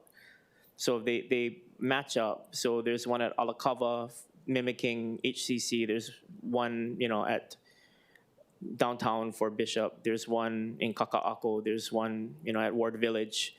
And so we've tried to be thoughtful and develop the land use around the use of these new W line stops to mirror the future build out of SKYLINE. Thank you. Next, I do have a question that came up during the meetings relating to the comment period times. What will we know that there was a July 20th or 16th deadline for people to provide comments, and what would those comments be considered for? So we had at that time a moving target for a SKYLINE opening. So we knew that we could have opened it as early as October 1st. Part of the challenge with that is we do have an existing workforce on the bus side, and they do have to bid for their pieces of work. And so we have to build all the schedules to a certain time. And it's actually like taking that October 1st deadline and moving it backwards to meet our processes for our workforce. So we do have a very short period of time between the next opportunity we have to change schedules, which would be in December. So we're gonna have new schedules on October 16th, but we also have to be prepared to build the next schedules for December. So whatever we can address at that earlier time gets baked in for our next opportunity in December. The next opportunity following that would be March. I see. Okay, so when you receive comments, all those are taken into consideration along with, of course, manpower, as well as with the other considerations that DTS considers when it comes to schedules. Is that what you're saying? That's correct. And it does, I mean, with nearly 1,000 bus operators, it is a large ship to turn, and we can't necessarily pivot right away. But we do want to have an eye out. So all of those comments that are received, and I'm sure we will receive comments just as we're receiving comments today, we can take those under consideration for a December or a March implementation. It's unfortunately, and it's maybe a curse of the transit industry, is we cannot be as adept. We can make small changes on the fly, but if we're doing things that really involve the workforce and their span of service and things like that, it's much harder for us to pivot on a dime. Thank you. My last question before I move on to the members is, of course, I mentioned earlier having the meetings in my district, as well as having people or neighbors from across the other 7 council districts really showed me that it impacts the whole island, but it also showed me that not a lot of people are aware yet of it. When we were flyering and letting people know about the changes at the bus stops and those coming to the meeting, that people don't know this is occurring yet. And we are less than a month out, and first off, what was the outreach like, and has it increased since we are less than a month away, from segment 2 occurring and the October 16 operations of the new lines? And also, what has the feedback been from the riders and ridership since the comment period? Let me address outreach. So we've gone to a large number of meetings, and really thank you too for hosting your own town hall on this. And like you said, it did bring a whole bunch of people.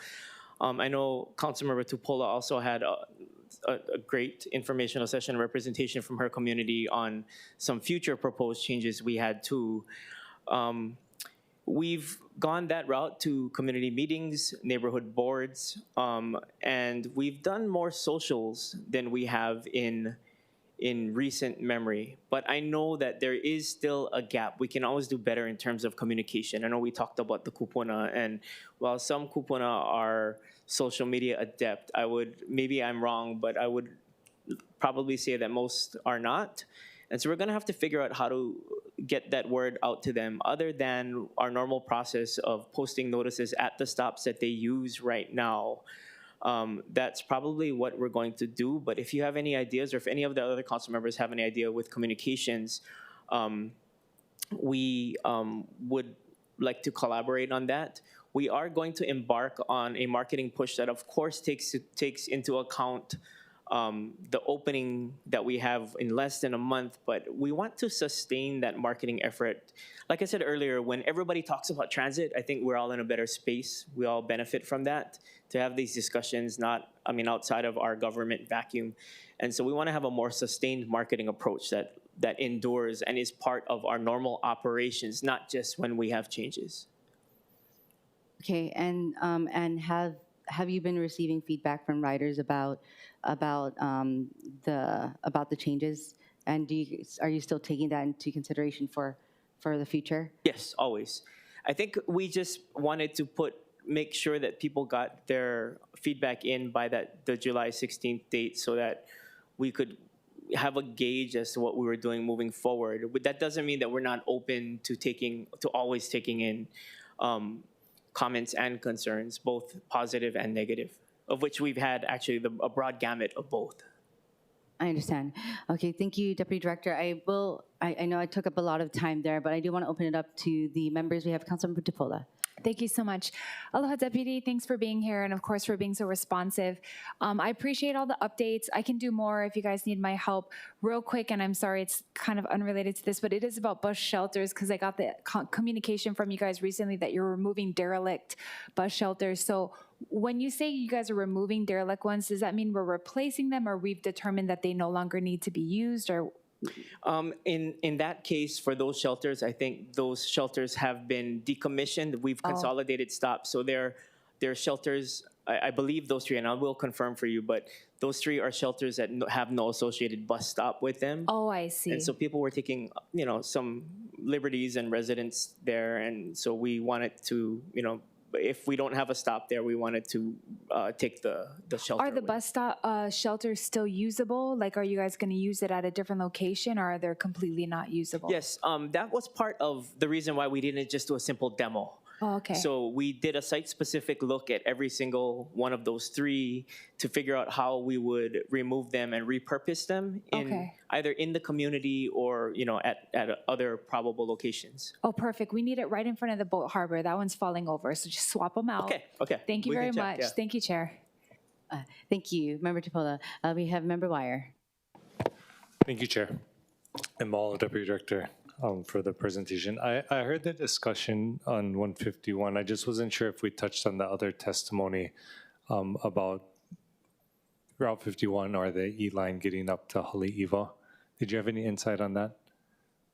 Yes, at this point, we had hoped to do a larger service expansion at SKYLINE's second opening, but after having a discussion with our partners at Oahu Transit Services, the transportation industry as a whole nationwide, we're having a hard time recruiting people to come and drive our buses. And it's a hard job. And so we didn't feel that we had sufficient manpower to execute all the changes that we wanted to at this point. So we are looking at ways that we can expedite that delivery of service to a Central Oahu corridor, which may or may not include Haleiwa, Wahiawa, and everything in between that and Waiawa Station. Do we have a general timeline? I do not. We are going as far to say that we're looking at when we can build up our ranks on our OTS side, that we have enough drivers that would be able to carry out these services. But we might be able to do a smaller implementation. But Councilmember, I asked that sometimes we would rather save up the effort to do something that's really transformative, and I don't want to put in something mediocre as a placeholder for a future service. Like if I want to deliver something, I'd really prefer to deliver something that's amazing to our Central Oahu residents who live in that corridor and not give a minimal level of service. No, I think that's fair. What is the route for folks? So Waikiki is going to jump on the W line, get on SKYLINE, and then catch a bus to go do their North Shore tour. What's the route? What do the routes look like for that?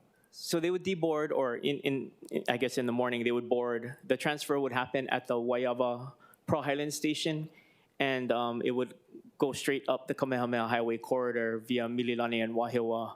And if you're going on to Haleiwa, unfortunately, they would have to transfer to a 52, but we are looking at how those transfer connections do meet up at the Wahiawa Transit Center. Okay. I'm just curious, because our goal is to get folks out of their cars. Kunia Camp, I don't think, has a bus stop, right? Because I know when they did the analysis, there wasn't sufficient ridership. Which in a way I understand, but then is also kind of mind-boggling to me to think like, oh, we have whole communities that don't have access to public transportation. So I'm wondering if the W line could just extend off the other side. Like, so you go from Waikiki, you go to Skyline, you go down the rail station, you get off of Waialva, you go up Kunia Road, you have this beautiful view for all the visitors. You go stop at Kunia Camp for folks to get on, go up to the Wahiawa Transit Station, and you have like an express line up to North Shore, to Haleiwa. That could be marketed to visitors, but also create greater connectivity. Just an idea. I mean, has anything like that kind of come up, or is that way out there and outside the data points? Because I'm thinking, like, I do agree with the statement you made earlier. Serving our visitors also helps the community, getting folks off the road in particular. I know there's other reasons, but say for Haleiwa, for North Shore, I know you folks are working with Quinlan on mobility questions, and maybe that's what you're alluding to when you're saying you want quality transportation. But I'm just thinking, how do we increase that access for rural communities in particular, but can serve a dual purpose? So I just throw that out. I don't know if you have any thoughts today, but. Yeah, no, Councilmember, I very much appreciate having this discussion. I think those are very good and valid reasons for ridership here. I mean, I think rural communities, we often struggle to provide them with a certain level of frequency. And actually utilizing that Kunia Road corridor, I mean, it would actually plug right into the Ho'ai'ai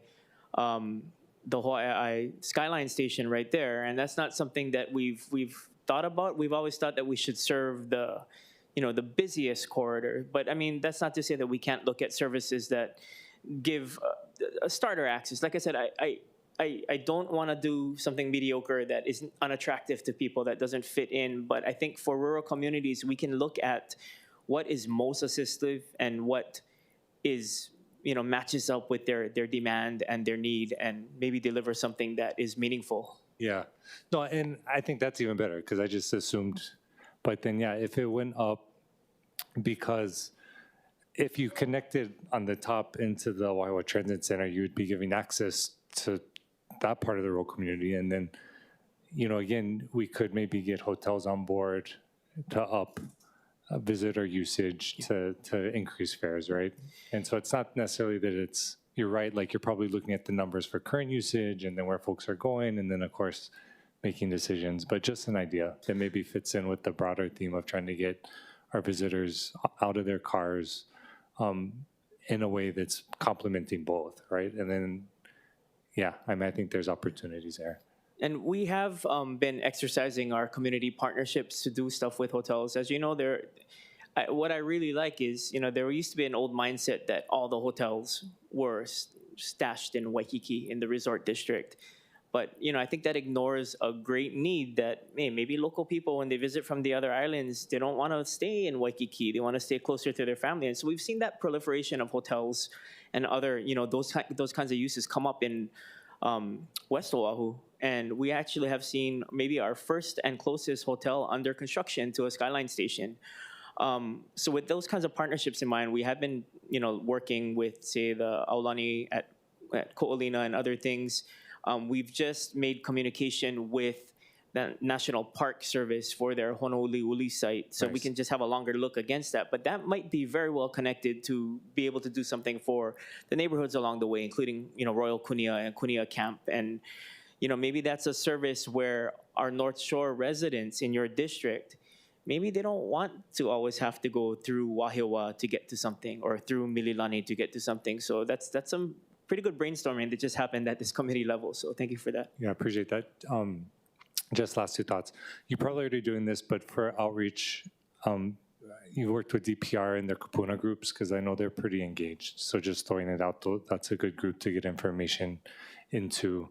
I know our Kupuna groups would love to have you or Director Morton come and talk story. They may have a lot of questions and a lot of suggestions, but just an idea. And then maybe just I'll end on giving you a chance. So when you say quality, you want to deliver something quality, like what does that kind of look like? I know I've thrown out some ideas, but for the North Shore connectivity. For the North Shore community, I think the idea is that we want to operate a resilient service. And a lot of times, especially in our urban areas now, we look at the quality as frequency. Like our North Star in our urban areas is to have a bus every 10 minutes. And I think when you get to that level, or even 15 minutes at some places, you don't need a schedule. You just walk out to the bus stop and you know it's going to come quickly. And I think that's what's been most impressive to people about Skyline. But our rapid bus lines, which we've been kind of colloquially calling landlines, I don't know if it's going to catch on, but that's the kind of frequency we're looking to maintain as we connect to Skyline. But for your district, which largely has a lot of rural areas, I think we'd want to make sure that, yes, enhanced frequency would be great if the ridership supports that. But I think what we want to do is make sure that the service is reliable. That's been a challenge. I mean, anything happens on the 2-lane highway headed out to the North Shore or coming in on our East Shore, and we have a transit management emergency exercise going on every time there is a head-on crash or any kind of disruption. So we want to look at ways to maybe make our services more reliable. And maybe that's through frequency, or maybe it's just through better infrastructure planning. When you say better infrastructure planning, is that like a dedicated bus lane, or, I mean, how, because I think that's true, good points, but then folks are still stuck in their cars in those same, traffic issues. So what does that look like? I mean, I would love to pursue the idea with HDOT of having, I mean, sometimes we have wider paving than than is necessary for the 2-lane highway. But ways to make those highways and our city roads safer might include putting in bus lanes in certain places. And maybe our populace who are still in their cars are not ready for those ideas yet. But I think as you start to see proliferation of more bus lanes in our urban area, and we can show the benefit of connecting, if the bus is the fastest way out of town, then I think we really have a tipping point in terms of how people perceive transit. Okay, mahalo for that. Appreciate that. Thank you, Chair. Thank you. Member Dos Santos Tam. Thank you, Chair, and I appreciate Councilmember Wire's questions about the North Shore, and I'll note that not all trips need to involve Skyline, right? I think with the W line coming in, they can transfer to the 52 at Middle Street, so they don't even need to get onto Skyline to get out to the North Shore. Is that right? Can you talk, I guess, about how this also improves bus service without having to use Skyline? Ooh, okay. Each of the, I'd say 2 out of the 3 of our landlines, rapid bus lines, the A line and the W line, have absolute independent utility for riders in our urban core. We have a frequent service along Nimitz and Ala Moana. We have a frequent service via Kapiolani through downtown and Chinatown. Riders along those corridors will see really enhanced travel times, and I think that's one of the main things. I think right now, a trip from the airport to Waikiki on the 20 takes, it can take over an hour, depending on where you're going and what time of the day it is. But we will almost reduce those travel times by I think a magnitude of half in some ways, maybe a little bit less than half. So people traveling within the corridors of our rapid bus lines will definitely see those changes. I wanted to ask about the new stops for the W and U line that don't exist right now, but are new stops coming in. For example, Nimitz and Keikaulike, the UH Law School. Have those stops and signage been installed yet? Not yet. Okay. I'm assuming we're going to do that in the next 3 weeks? Yes. Okay. It's always a challenge to wave the magic wand and have everything appear at the right time. We also are doing an intensive signage program at the airport to get our local residents who might use Skyline, to and from the station. Also for those that, our W line will deliver our visitors and our residents to that airport station too. So just for navigational needs, we are looking at a very busy 3 to 4 day window in front of actual opening. Speaking of Nimitz and Keikaulike, with rail construction going on, how are people going to cross Nimitz?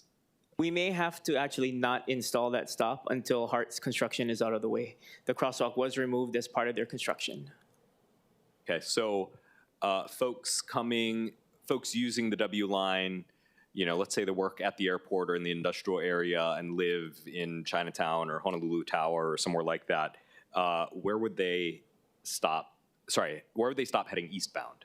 Heading eastbound, I think they'd either have to get off and transfer to a 7, or they'd have to get off at the very next stop at downtown. So we don't have a good solution for that. There's not really a good way until the construction is completed to reinstall a safe crossing there.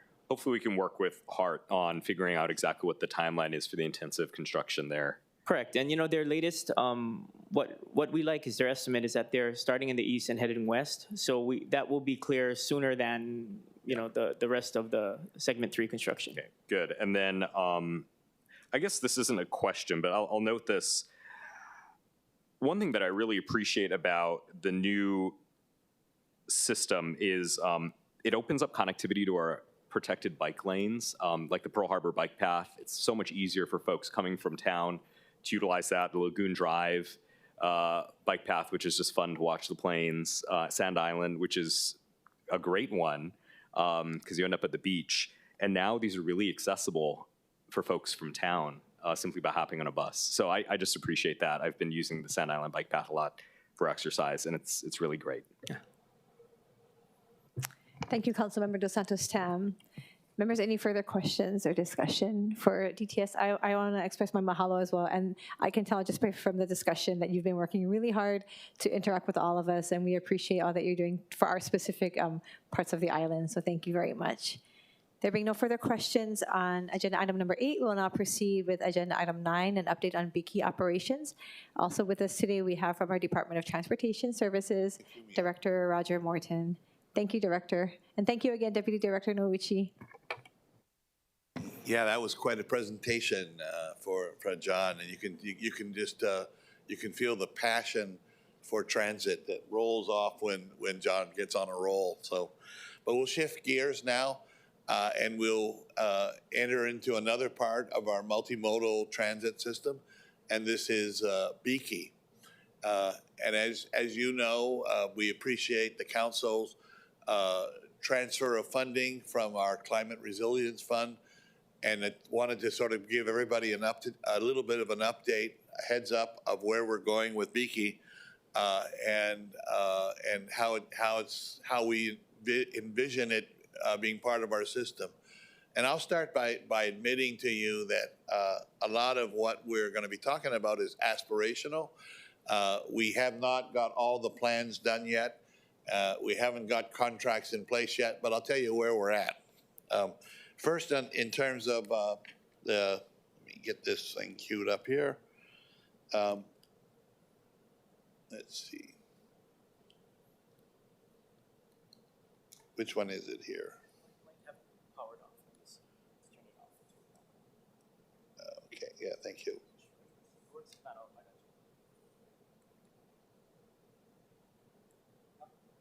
No. You want to just drive it, John? So just give us a little current status of BIKI. BIKI has been and it continues to be a very, very successful model of bike share when we compare against our peers across the nation. We have, the size of BIKI is formidable. We have 1,200 bikes, 132 stations. We've had over 5 million riders since 2017. Our ridership has gone down a little bit, but we're still in hundreds of thousands of riders per year that take BIKI. Next one, John, just to give you some of the current stats on that. We have over 1,000 bikes. We have 132 docking locations, which gives us more than 2,400 docking points. Most of our riders are local riders, and we still have quite an active usage of riders. 62% of our riders are local. At least that was about a year ago. Next slide, John. Now, BIKI has started to run into a little bit of a financial problem, and about 2 or 3 years ago, they did increase their fares. And what I would point out under the current pricing points that they have here is that we think that these are, could not go any higher because I think that we would lose ridership were we to push these fares even higher. BIKI tries to target higher revenue from visitors, and about 30% or so of the rides are by visitors. Of recently, our visitors from Japan, who are really the most prolific visitors riding BIKI, have declined, and they're back up to about 50% of what the formal level is. So those have made it become a challenge for our operator. BIKI plays an important role in our overall transit network. We're looking at it for first mile, last mile alternatives for people. We want to support our commuters in places that make sense, including UH, HPU, KCC, Kaka'ako, downtown, Ala Moana, Waikiki. What we're trying to do, and we haven't done it yet, is we need to integrate our Holo card system to the payment system for BIKI so we can truly make it to become a seamless system. Next slide, John. I mentioned a little bit about the financial issues, and this is what prompted us to step up as a city to support BIKI. But we've done a financial analysis. BIKI has provided us with their financial reports. We've done an analysis of it. And basically what we found is, that we had the pandemic, then we had a rebound. That was, remember when we had just a tremendous surge of post-COVID of tourism in here, and that provided a rebound. Well, those days have sort of settled down a little bit. Our mix of riders has changed. Our operator's margin has gone from slight positive to slight negative. That's the situation that they're in now.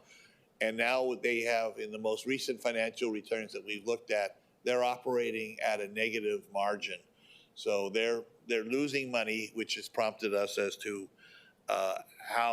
why the city has stepped in.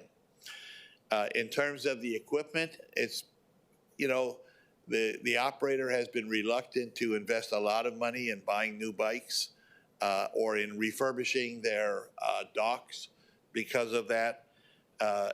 And so we are going to step up a little bit, and we're, in addition to the support that we're providing, or the service that we want to buy from BIKI, and I'll get into that in a little bit, we have included equipment refurbishment in our TIP. And that way the way we do it that way, we're planning on having an 80% federal help in refurbishing our BIKI fleet with $100,000 of local matching fund. And I would see that as an ongoing program that we would just continue. It'll be the first time we do it next year. We do have $100,000 in our operating budget that eventually you will see. And I hope that we can get the support of the council in supporting not only the operation, but the refurbishment on a regular basis of the equipment. Next slide, John.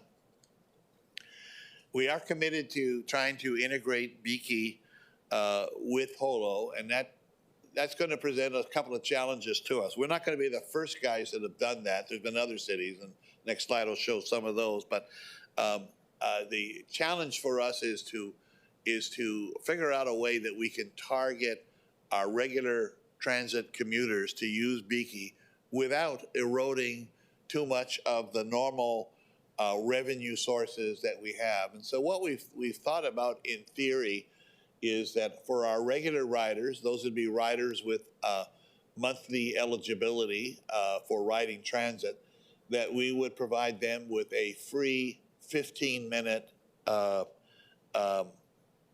service at either the front end or the back end of their trip, so that they would be able to just use BIKI as an alternative to a regular bus or something. And we know that this will be a more cost-effective alternative for those that use it than it would be providing bus service for that. We have some we are planning on providing BIKI. We're providing buying service from them for this new opportunity for our residents at the rate of $200,000 per quarter.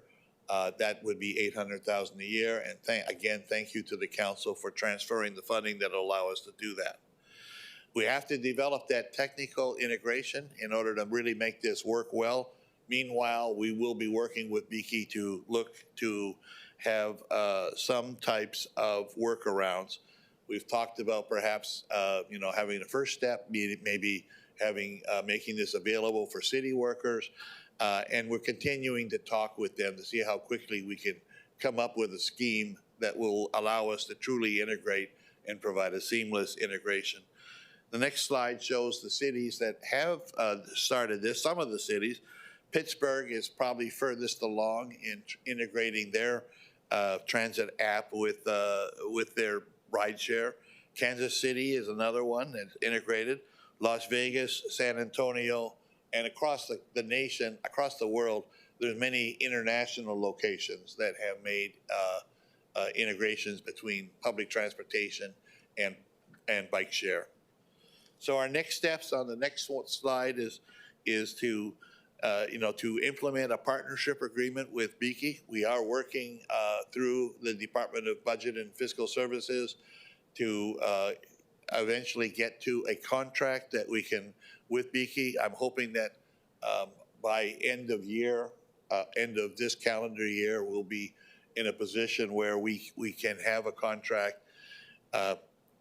Perhaps looking at integrating Holo Card within the next year and a half. I think that's a realistic estimate. I'd like to do it tomorrow, but the reality is that it takes time to do this. And then expanding our pilot so that by 1/1/27 and beginning our federalized fleet refurbishment program sometime in fiscal 2027. That's where we're at with BIKI right now. I know there's a lot of stuff that we need to fill in, but it's been a short time since we made the decision to put BIKI as part of our municipal services. Happy to answer the questions that I know are going to be there from the council. Thank you. Before we get to the questions, I do want to do testimony so that we can then refocus on discussion. Sure. We will now proceed with testimony. We have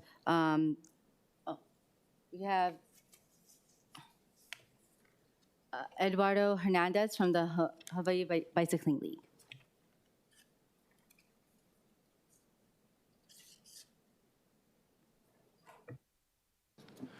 Good morning, Chair, members of the council. Thank you for the opportunity to testify. Eduardo Hernandez on behalf of the Hawaii Bicycling League. I am also a yearly BIKI pass holder and a monthly Holo card holder, and I use both to get to and from work and to do errands and all of my transportation and recreation in addition to my own bike. We're really thrilled to hear this presentation from DTS today. I think it marks the first time that the public has had an opportunity to hear the plans for this important part of our multimodal network. And just look forward to hearing further iterations and opportunities for the public and the people who use the system to be able to provide feedback to DTS so that we can get understand the priorities and where the investments should go. Thank you for the opportunity. Thank you. Is there anyone else in person who wishes to testify? Is there anyone else online who wishes to testify? Okay, seeing none, members, we are back in discussion where we have questions for Director Morton. We have Committee Vice Chair Okimoto. Thank you, Chair. Aloha again, Director Morton. Really quickly, on the page where you have status of BIKI equipment, I know you mentioned that the operator is unwilling to update the bikes or to some extent. It's the page where we talk about the city owns about 1/3 of the fleet. Could you explain why and what about their 2/3 of the fleet, of the bike fleet? Well, the city was able to obtain a grant that allowed the city to purchase equipment. That was largely in the COVID days, John? Prior to COVID. And, you know, I think it was always the intention of the city when BIKI was established that there would be a continuous city support of the system. Initially, there was $1 million grant that was provided by both the city and another $1 million through the state. I know that it was really the intention was that city support would continue, and it was manifested, you know, through the purchase of a replacement and additional bicycles and docks. So in us continuing on where you talk about the refurbishing, we are then, we're footing the bill for all the bikes, not just our 1/3. All of them require refurbishment, and the good news is that the docks themselves are fully usable for many, many more years, but they require a program where they're picked up and refurbished, and it's not a simple refurbishment. It has to be done in a shop, and it has to be rotated out. I know that, you know, the operator Secure Bike Share, prior to us stepping up, was planning to shut the system down and deferred the refurbishment of these things. They're excited now with the prospect of being able to continue in Honolulu because it is a great system, and it's used a lot, and it is a successful system. But they have to have a way to make it work from a business perspective as well. And the life of one of these, the bikes, you mentioned again the need to have it refurbished in a specific way at a specific location. What are the lifelines of these bikes before we have to refurbish them? I think when you look at the life, it would appear to be about 10 years or so. There's maintenance required of anything you put down. So some of the maintenance can be done in-site. Some of the maintenance requires more heavy things, not unlike buses, which I'm more familiar with than bike share. The other, issue that has been risen to the point where it has become a real problem has been the level of vandalism that has been occurring on the system. And this is really a sad story where one individual is responsible for thousands and thousands of dollars of damage to the system. I mean, severe damage, where intentional damage is a case of a person that that has a disability, mental disability, has been arrested many times. But what are you going to do if you're a judicial system with an individual like that? So it is it's a problem, but it adds to the cost of it has added to the cost significantly to maintaining the system, just to repair the vandalism. Thank you. Really quick, and the docks you mentioned, how often are they? You said they last longer. So how are they maintained, and how often is that? The bike docks. You said that they don't have to be refurbished or maintained at the same rate that the bikes do, which we understand. Yeah, I mean, everything has to be maintained. The bikes wear out. What timeline is that on? And I don't have the details of the actual PM schedules for the bikes, but I've gone to the shop and I've seen the mechanics fixing the bikes. I just don't know the interval between, at a detailed level. Okay. And really quick, thank you, Chair, for indulging me.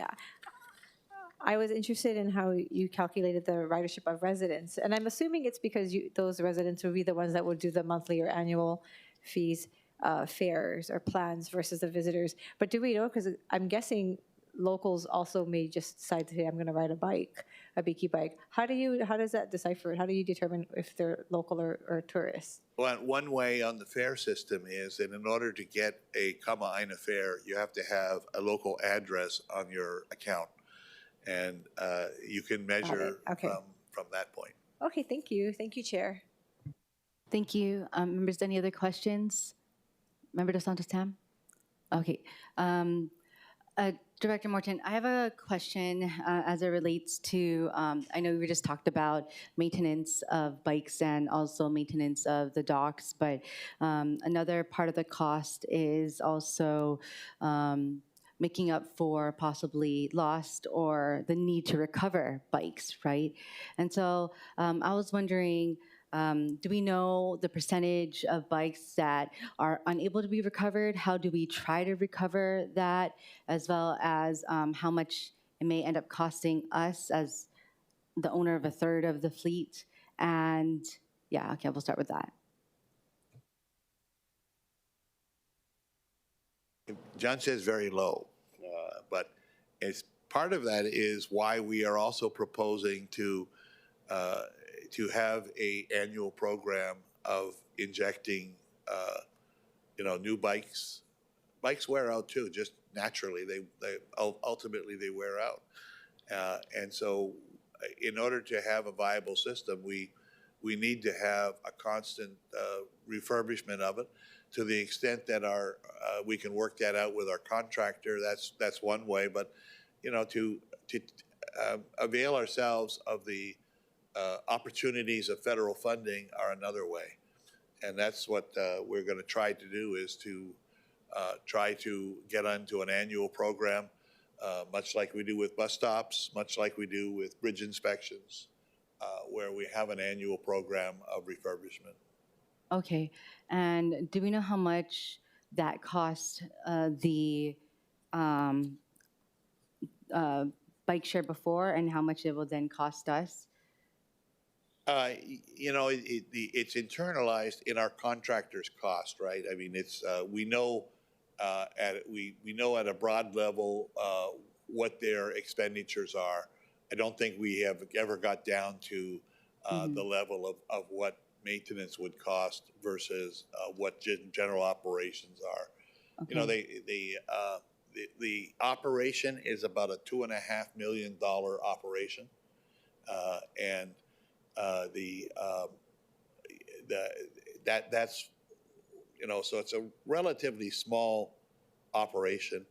A $2.5 million can go pretty quickly. Mm-hmm. And then, so with now the city with the city now having this contract with the contractor, will we be looking at like further security to ensure that the bikes aren't taken? Because I'm sure we all the time we would see bikes just being utilized that were never returned to the base. That's certainly a possibility. Many of the systems on the mainland do have a GPS,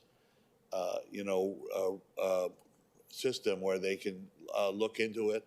The operators are incentivized to protect the equipment, and I think here, despite we have had one individual that has created a tremendous amount of damage. Beyond that, there's very little damage to the vehicles. There has been some thefts.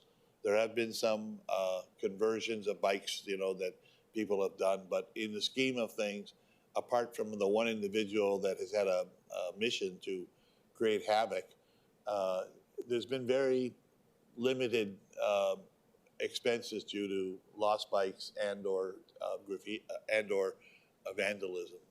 Okay. I then, my last question is, with this new proposal, or not proposal, this new partnership and, subsidizing of BIKI, how are system riders, our users, going to know about these changes? When we get ready to make the changes, we will publicize them in many different ways, through news media, through social media, through through our transit app, So we will do our best to tell people, and not everybody will, want to do it, but we think that there's enough people that will take this on warmly that it'll be a success for our city. Okay, thank you. Thank you very much. Okay. Next, I will now kick it over to Member Dos Santos Tam. Thank you, Chair. Just really quick, on the last slide, before the question slide, there's a mention of the launch new free city bus service by January 26. Could you remind me what that was again?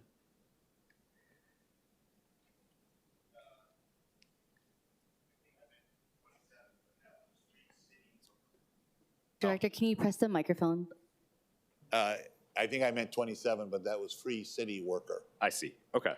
And then with regard to, the city owns about a third of the bikes and a number of the docking stations. Why not just take over the whole fleet? We could. What would that take? I'd love to explore that, because this sort of 1/3 ownerships doesn't seem to make much of it. I mean, we might as well take it over at that point.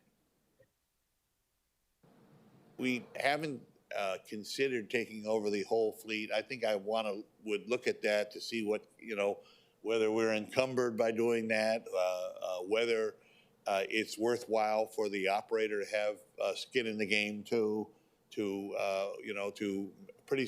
we want the operator to maintain these. We don't want it to become the city's problem. I guess my point is, if we own a third of it, it sort of is our problem already, and, what's the difference? Well, at this point, I think the operator doesn't really recognize the city-owned versus the system-owned. I mean, they treat them the same way. And I think what's needed is an injection of investment into the fleet, whoever owns it. But, I'm as I say, we really haven't considered that, council member, and it's an interesting idea, and I understand your point. Okay. And then 2 more things. The HoloCard, you mentioned the idea is that HoloCard integrates with BIKI for HoloCards that have a validity of over a month. What's that distinction about? Can I just go to 7-Eleven and buy a HoloCard and load it with $20 and it counts, or is this something different?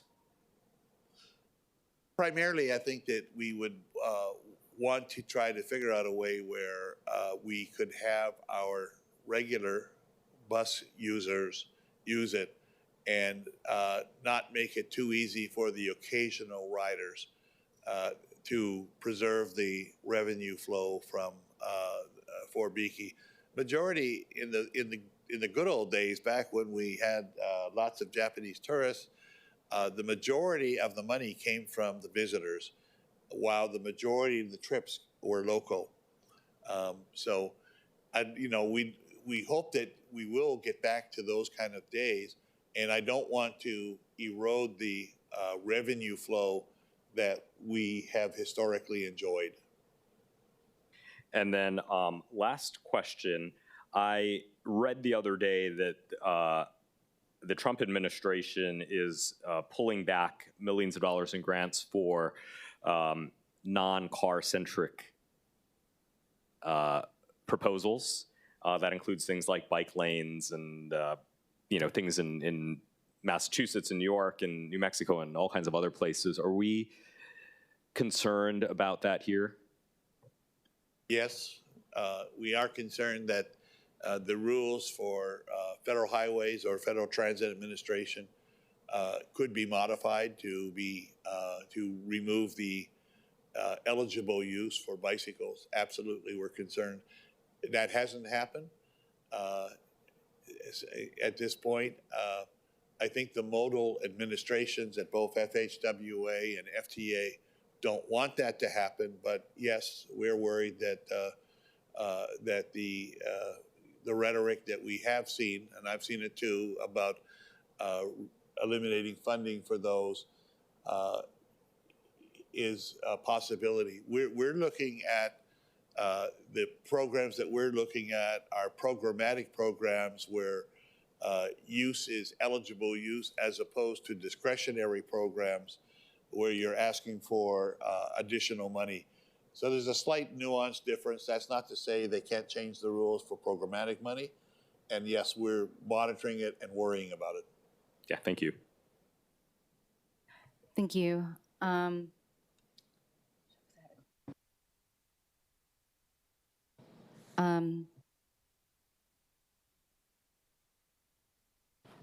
Okay, thank you. Members, any other questions?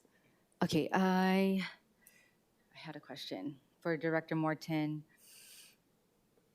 I'm sorry, Director. I thought it was a really good question too, but I don't have it anymore. But thank you for your presentation.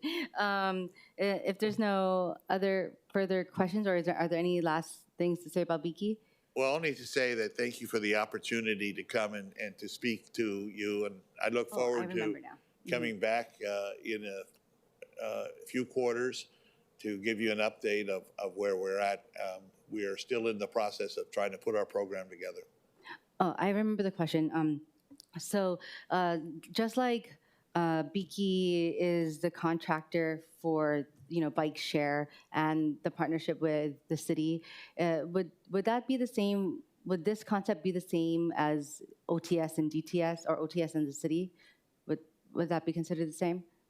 I think it would be more like OTS, more like DTS and Hitachi, frankly, that this is a commercial vendor that is part of a multinational corporation that has a commercial purpose as well as, whereas OTS is a nonprofit entity that kind of acts as like a city department almost. This is a little different from that. Okay, and as the sponsorship girly here, in what way can we navigate, I guess in the maybe opposite direction, but like still a great idea, but opposite direction of Councilmember Dos Santos Tam, and look forward to incorporating the PPP, the public-private partnerships for those, for the different systems? Well, it is kind of a P3, right? At least that it's a, we're not providing the service internally. I think that what's still to be done by us is to figure out and agree upon a good governance structure where the city, DTS, can shape the policy more directly, and we're still looking for that that mechanism that we can improve governance. Right now, my department has taken over oversight over BIKI, and sometimes oversight is more mechanical. It's permits, it's locations, it's changes, and it's not strategic. And we have to figure out a way to get our governance level to be at a more strategic rather than tactical level. Okay, understood. But yeah, hopefully, since it is like you mentioned P3 already with this moving forward, maybe there's more ways that there could be further assistance from other types of private partnerships to assist with us with subsidizing any of the systems that was mentioned. So maybe we can talk about that another time. Okay. Thank you. Members, any other questions? Okay, seeing none. Thank you, Director Morton, and thank you, members, for this marathon meeting and for being patient. Thank you. And with that being no further business, this meeting is adjourned.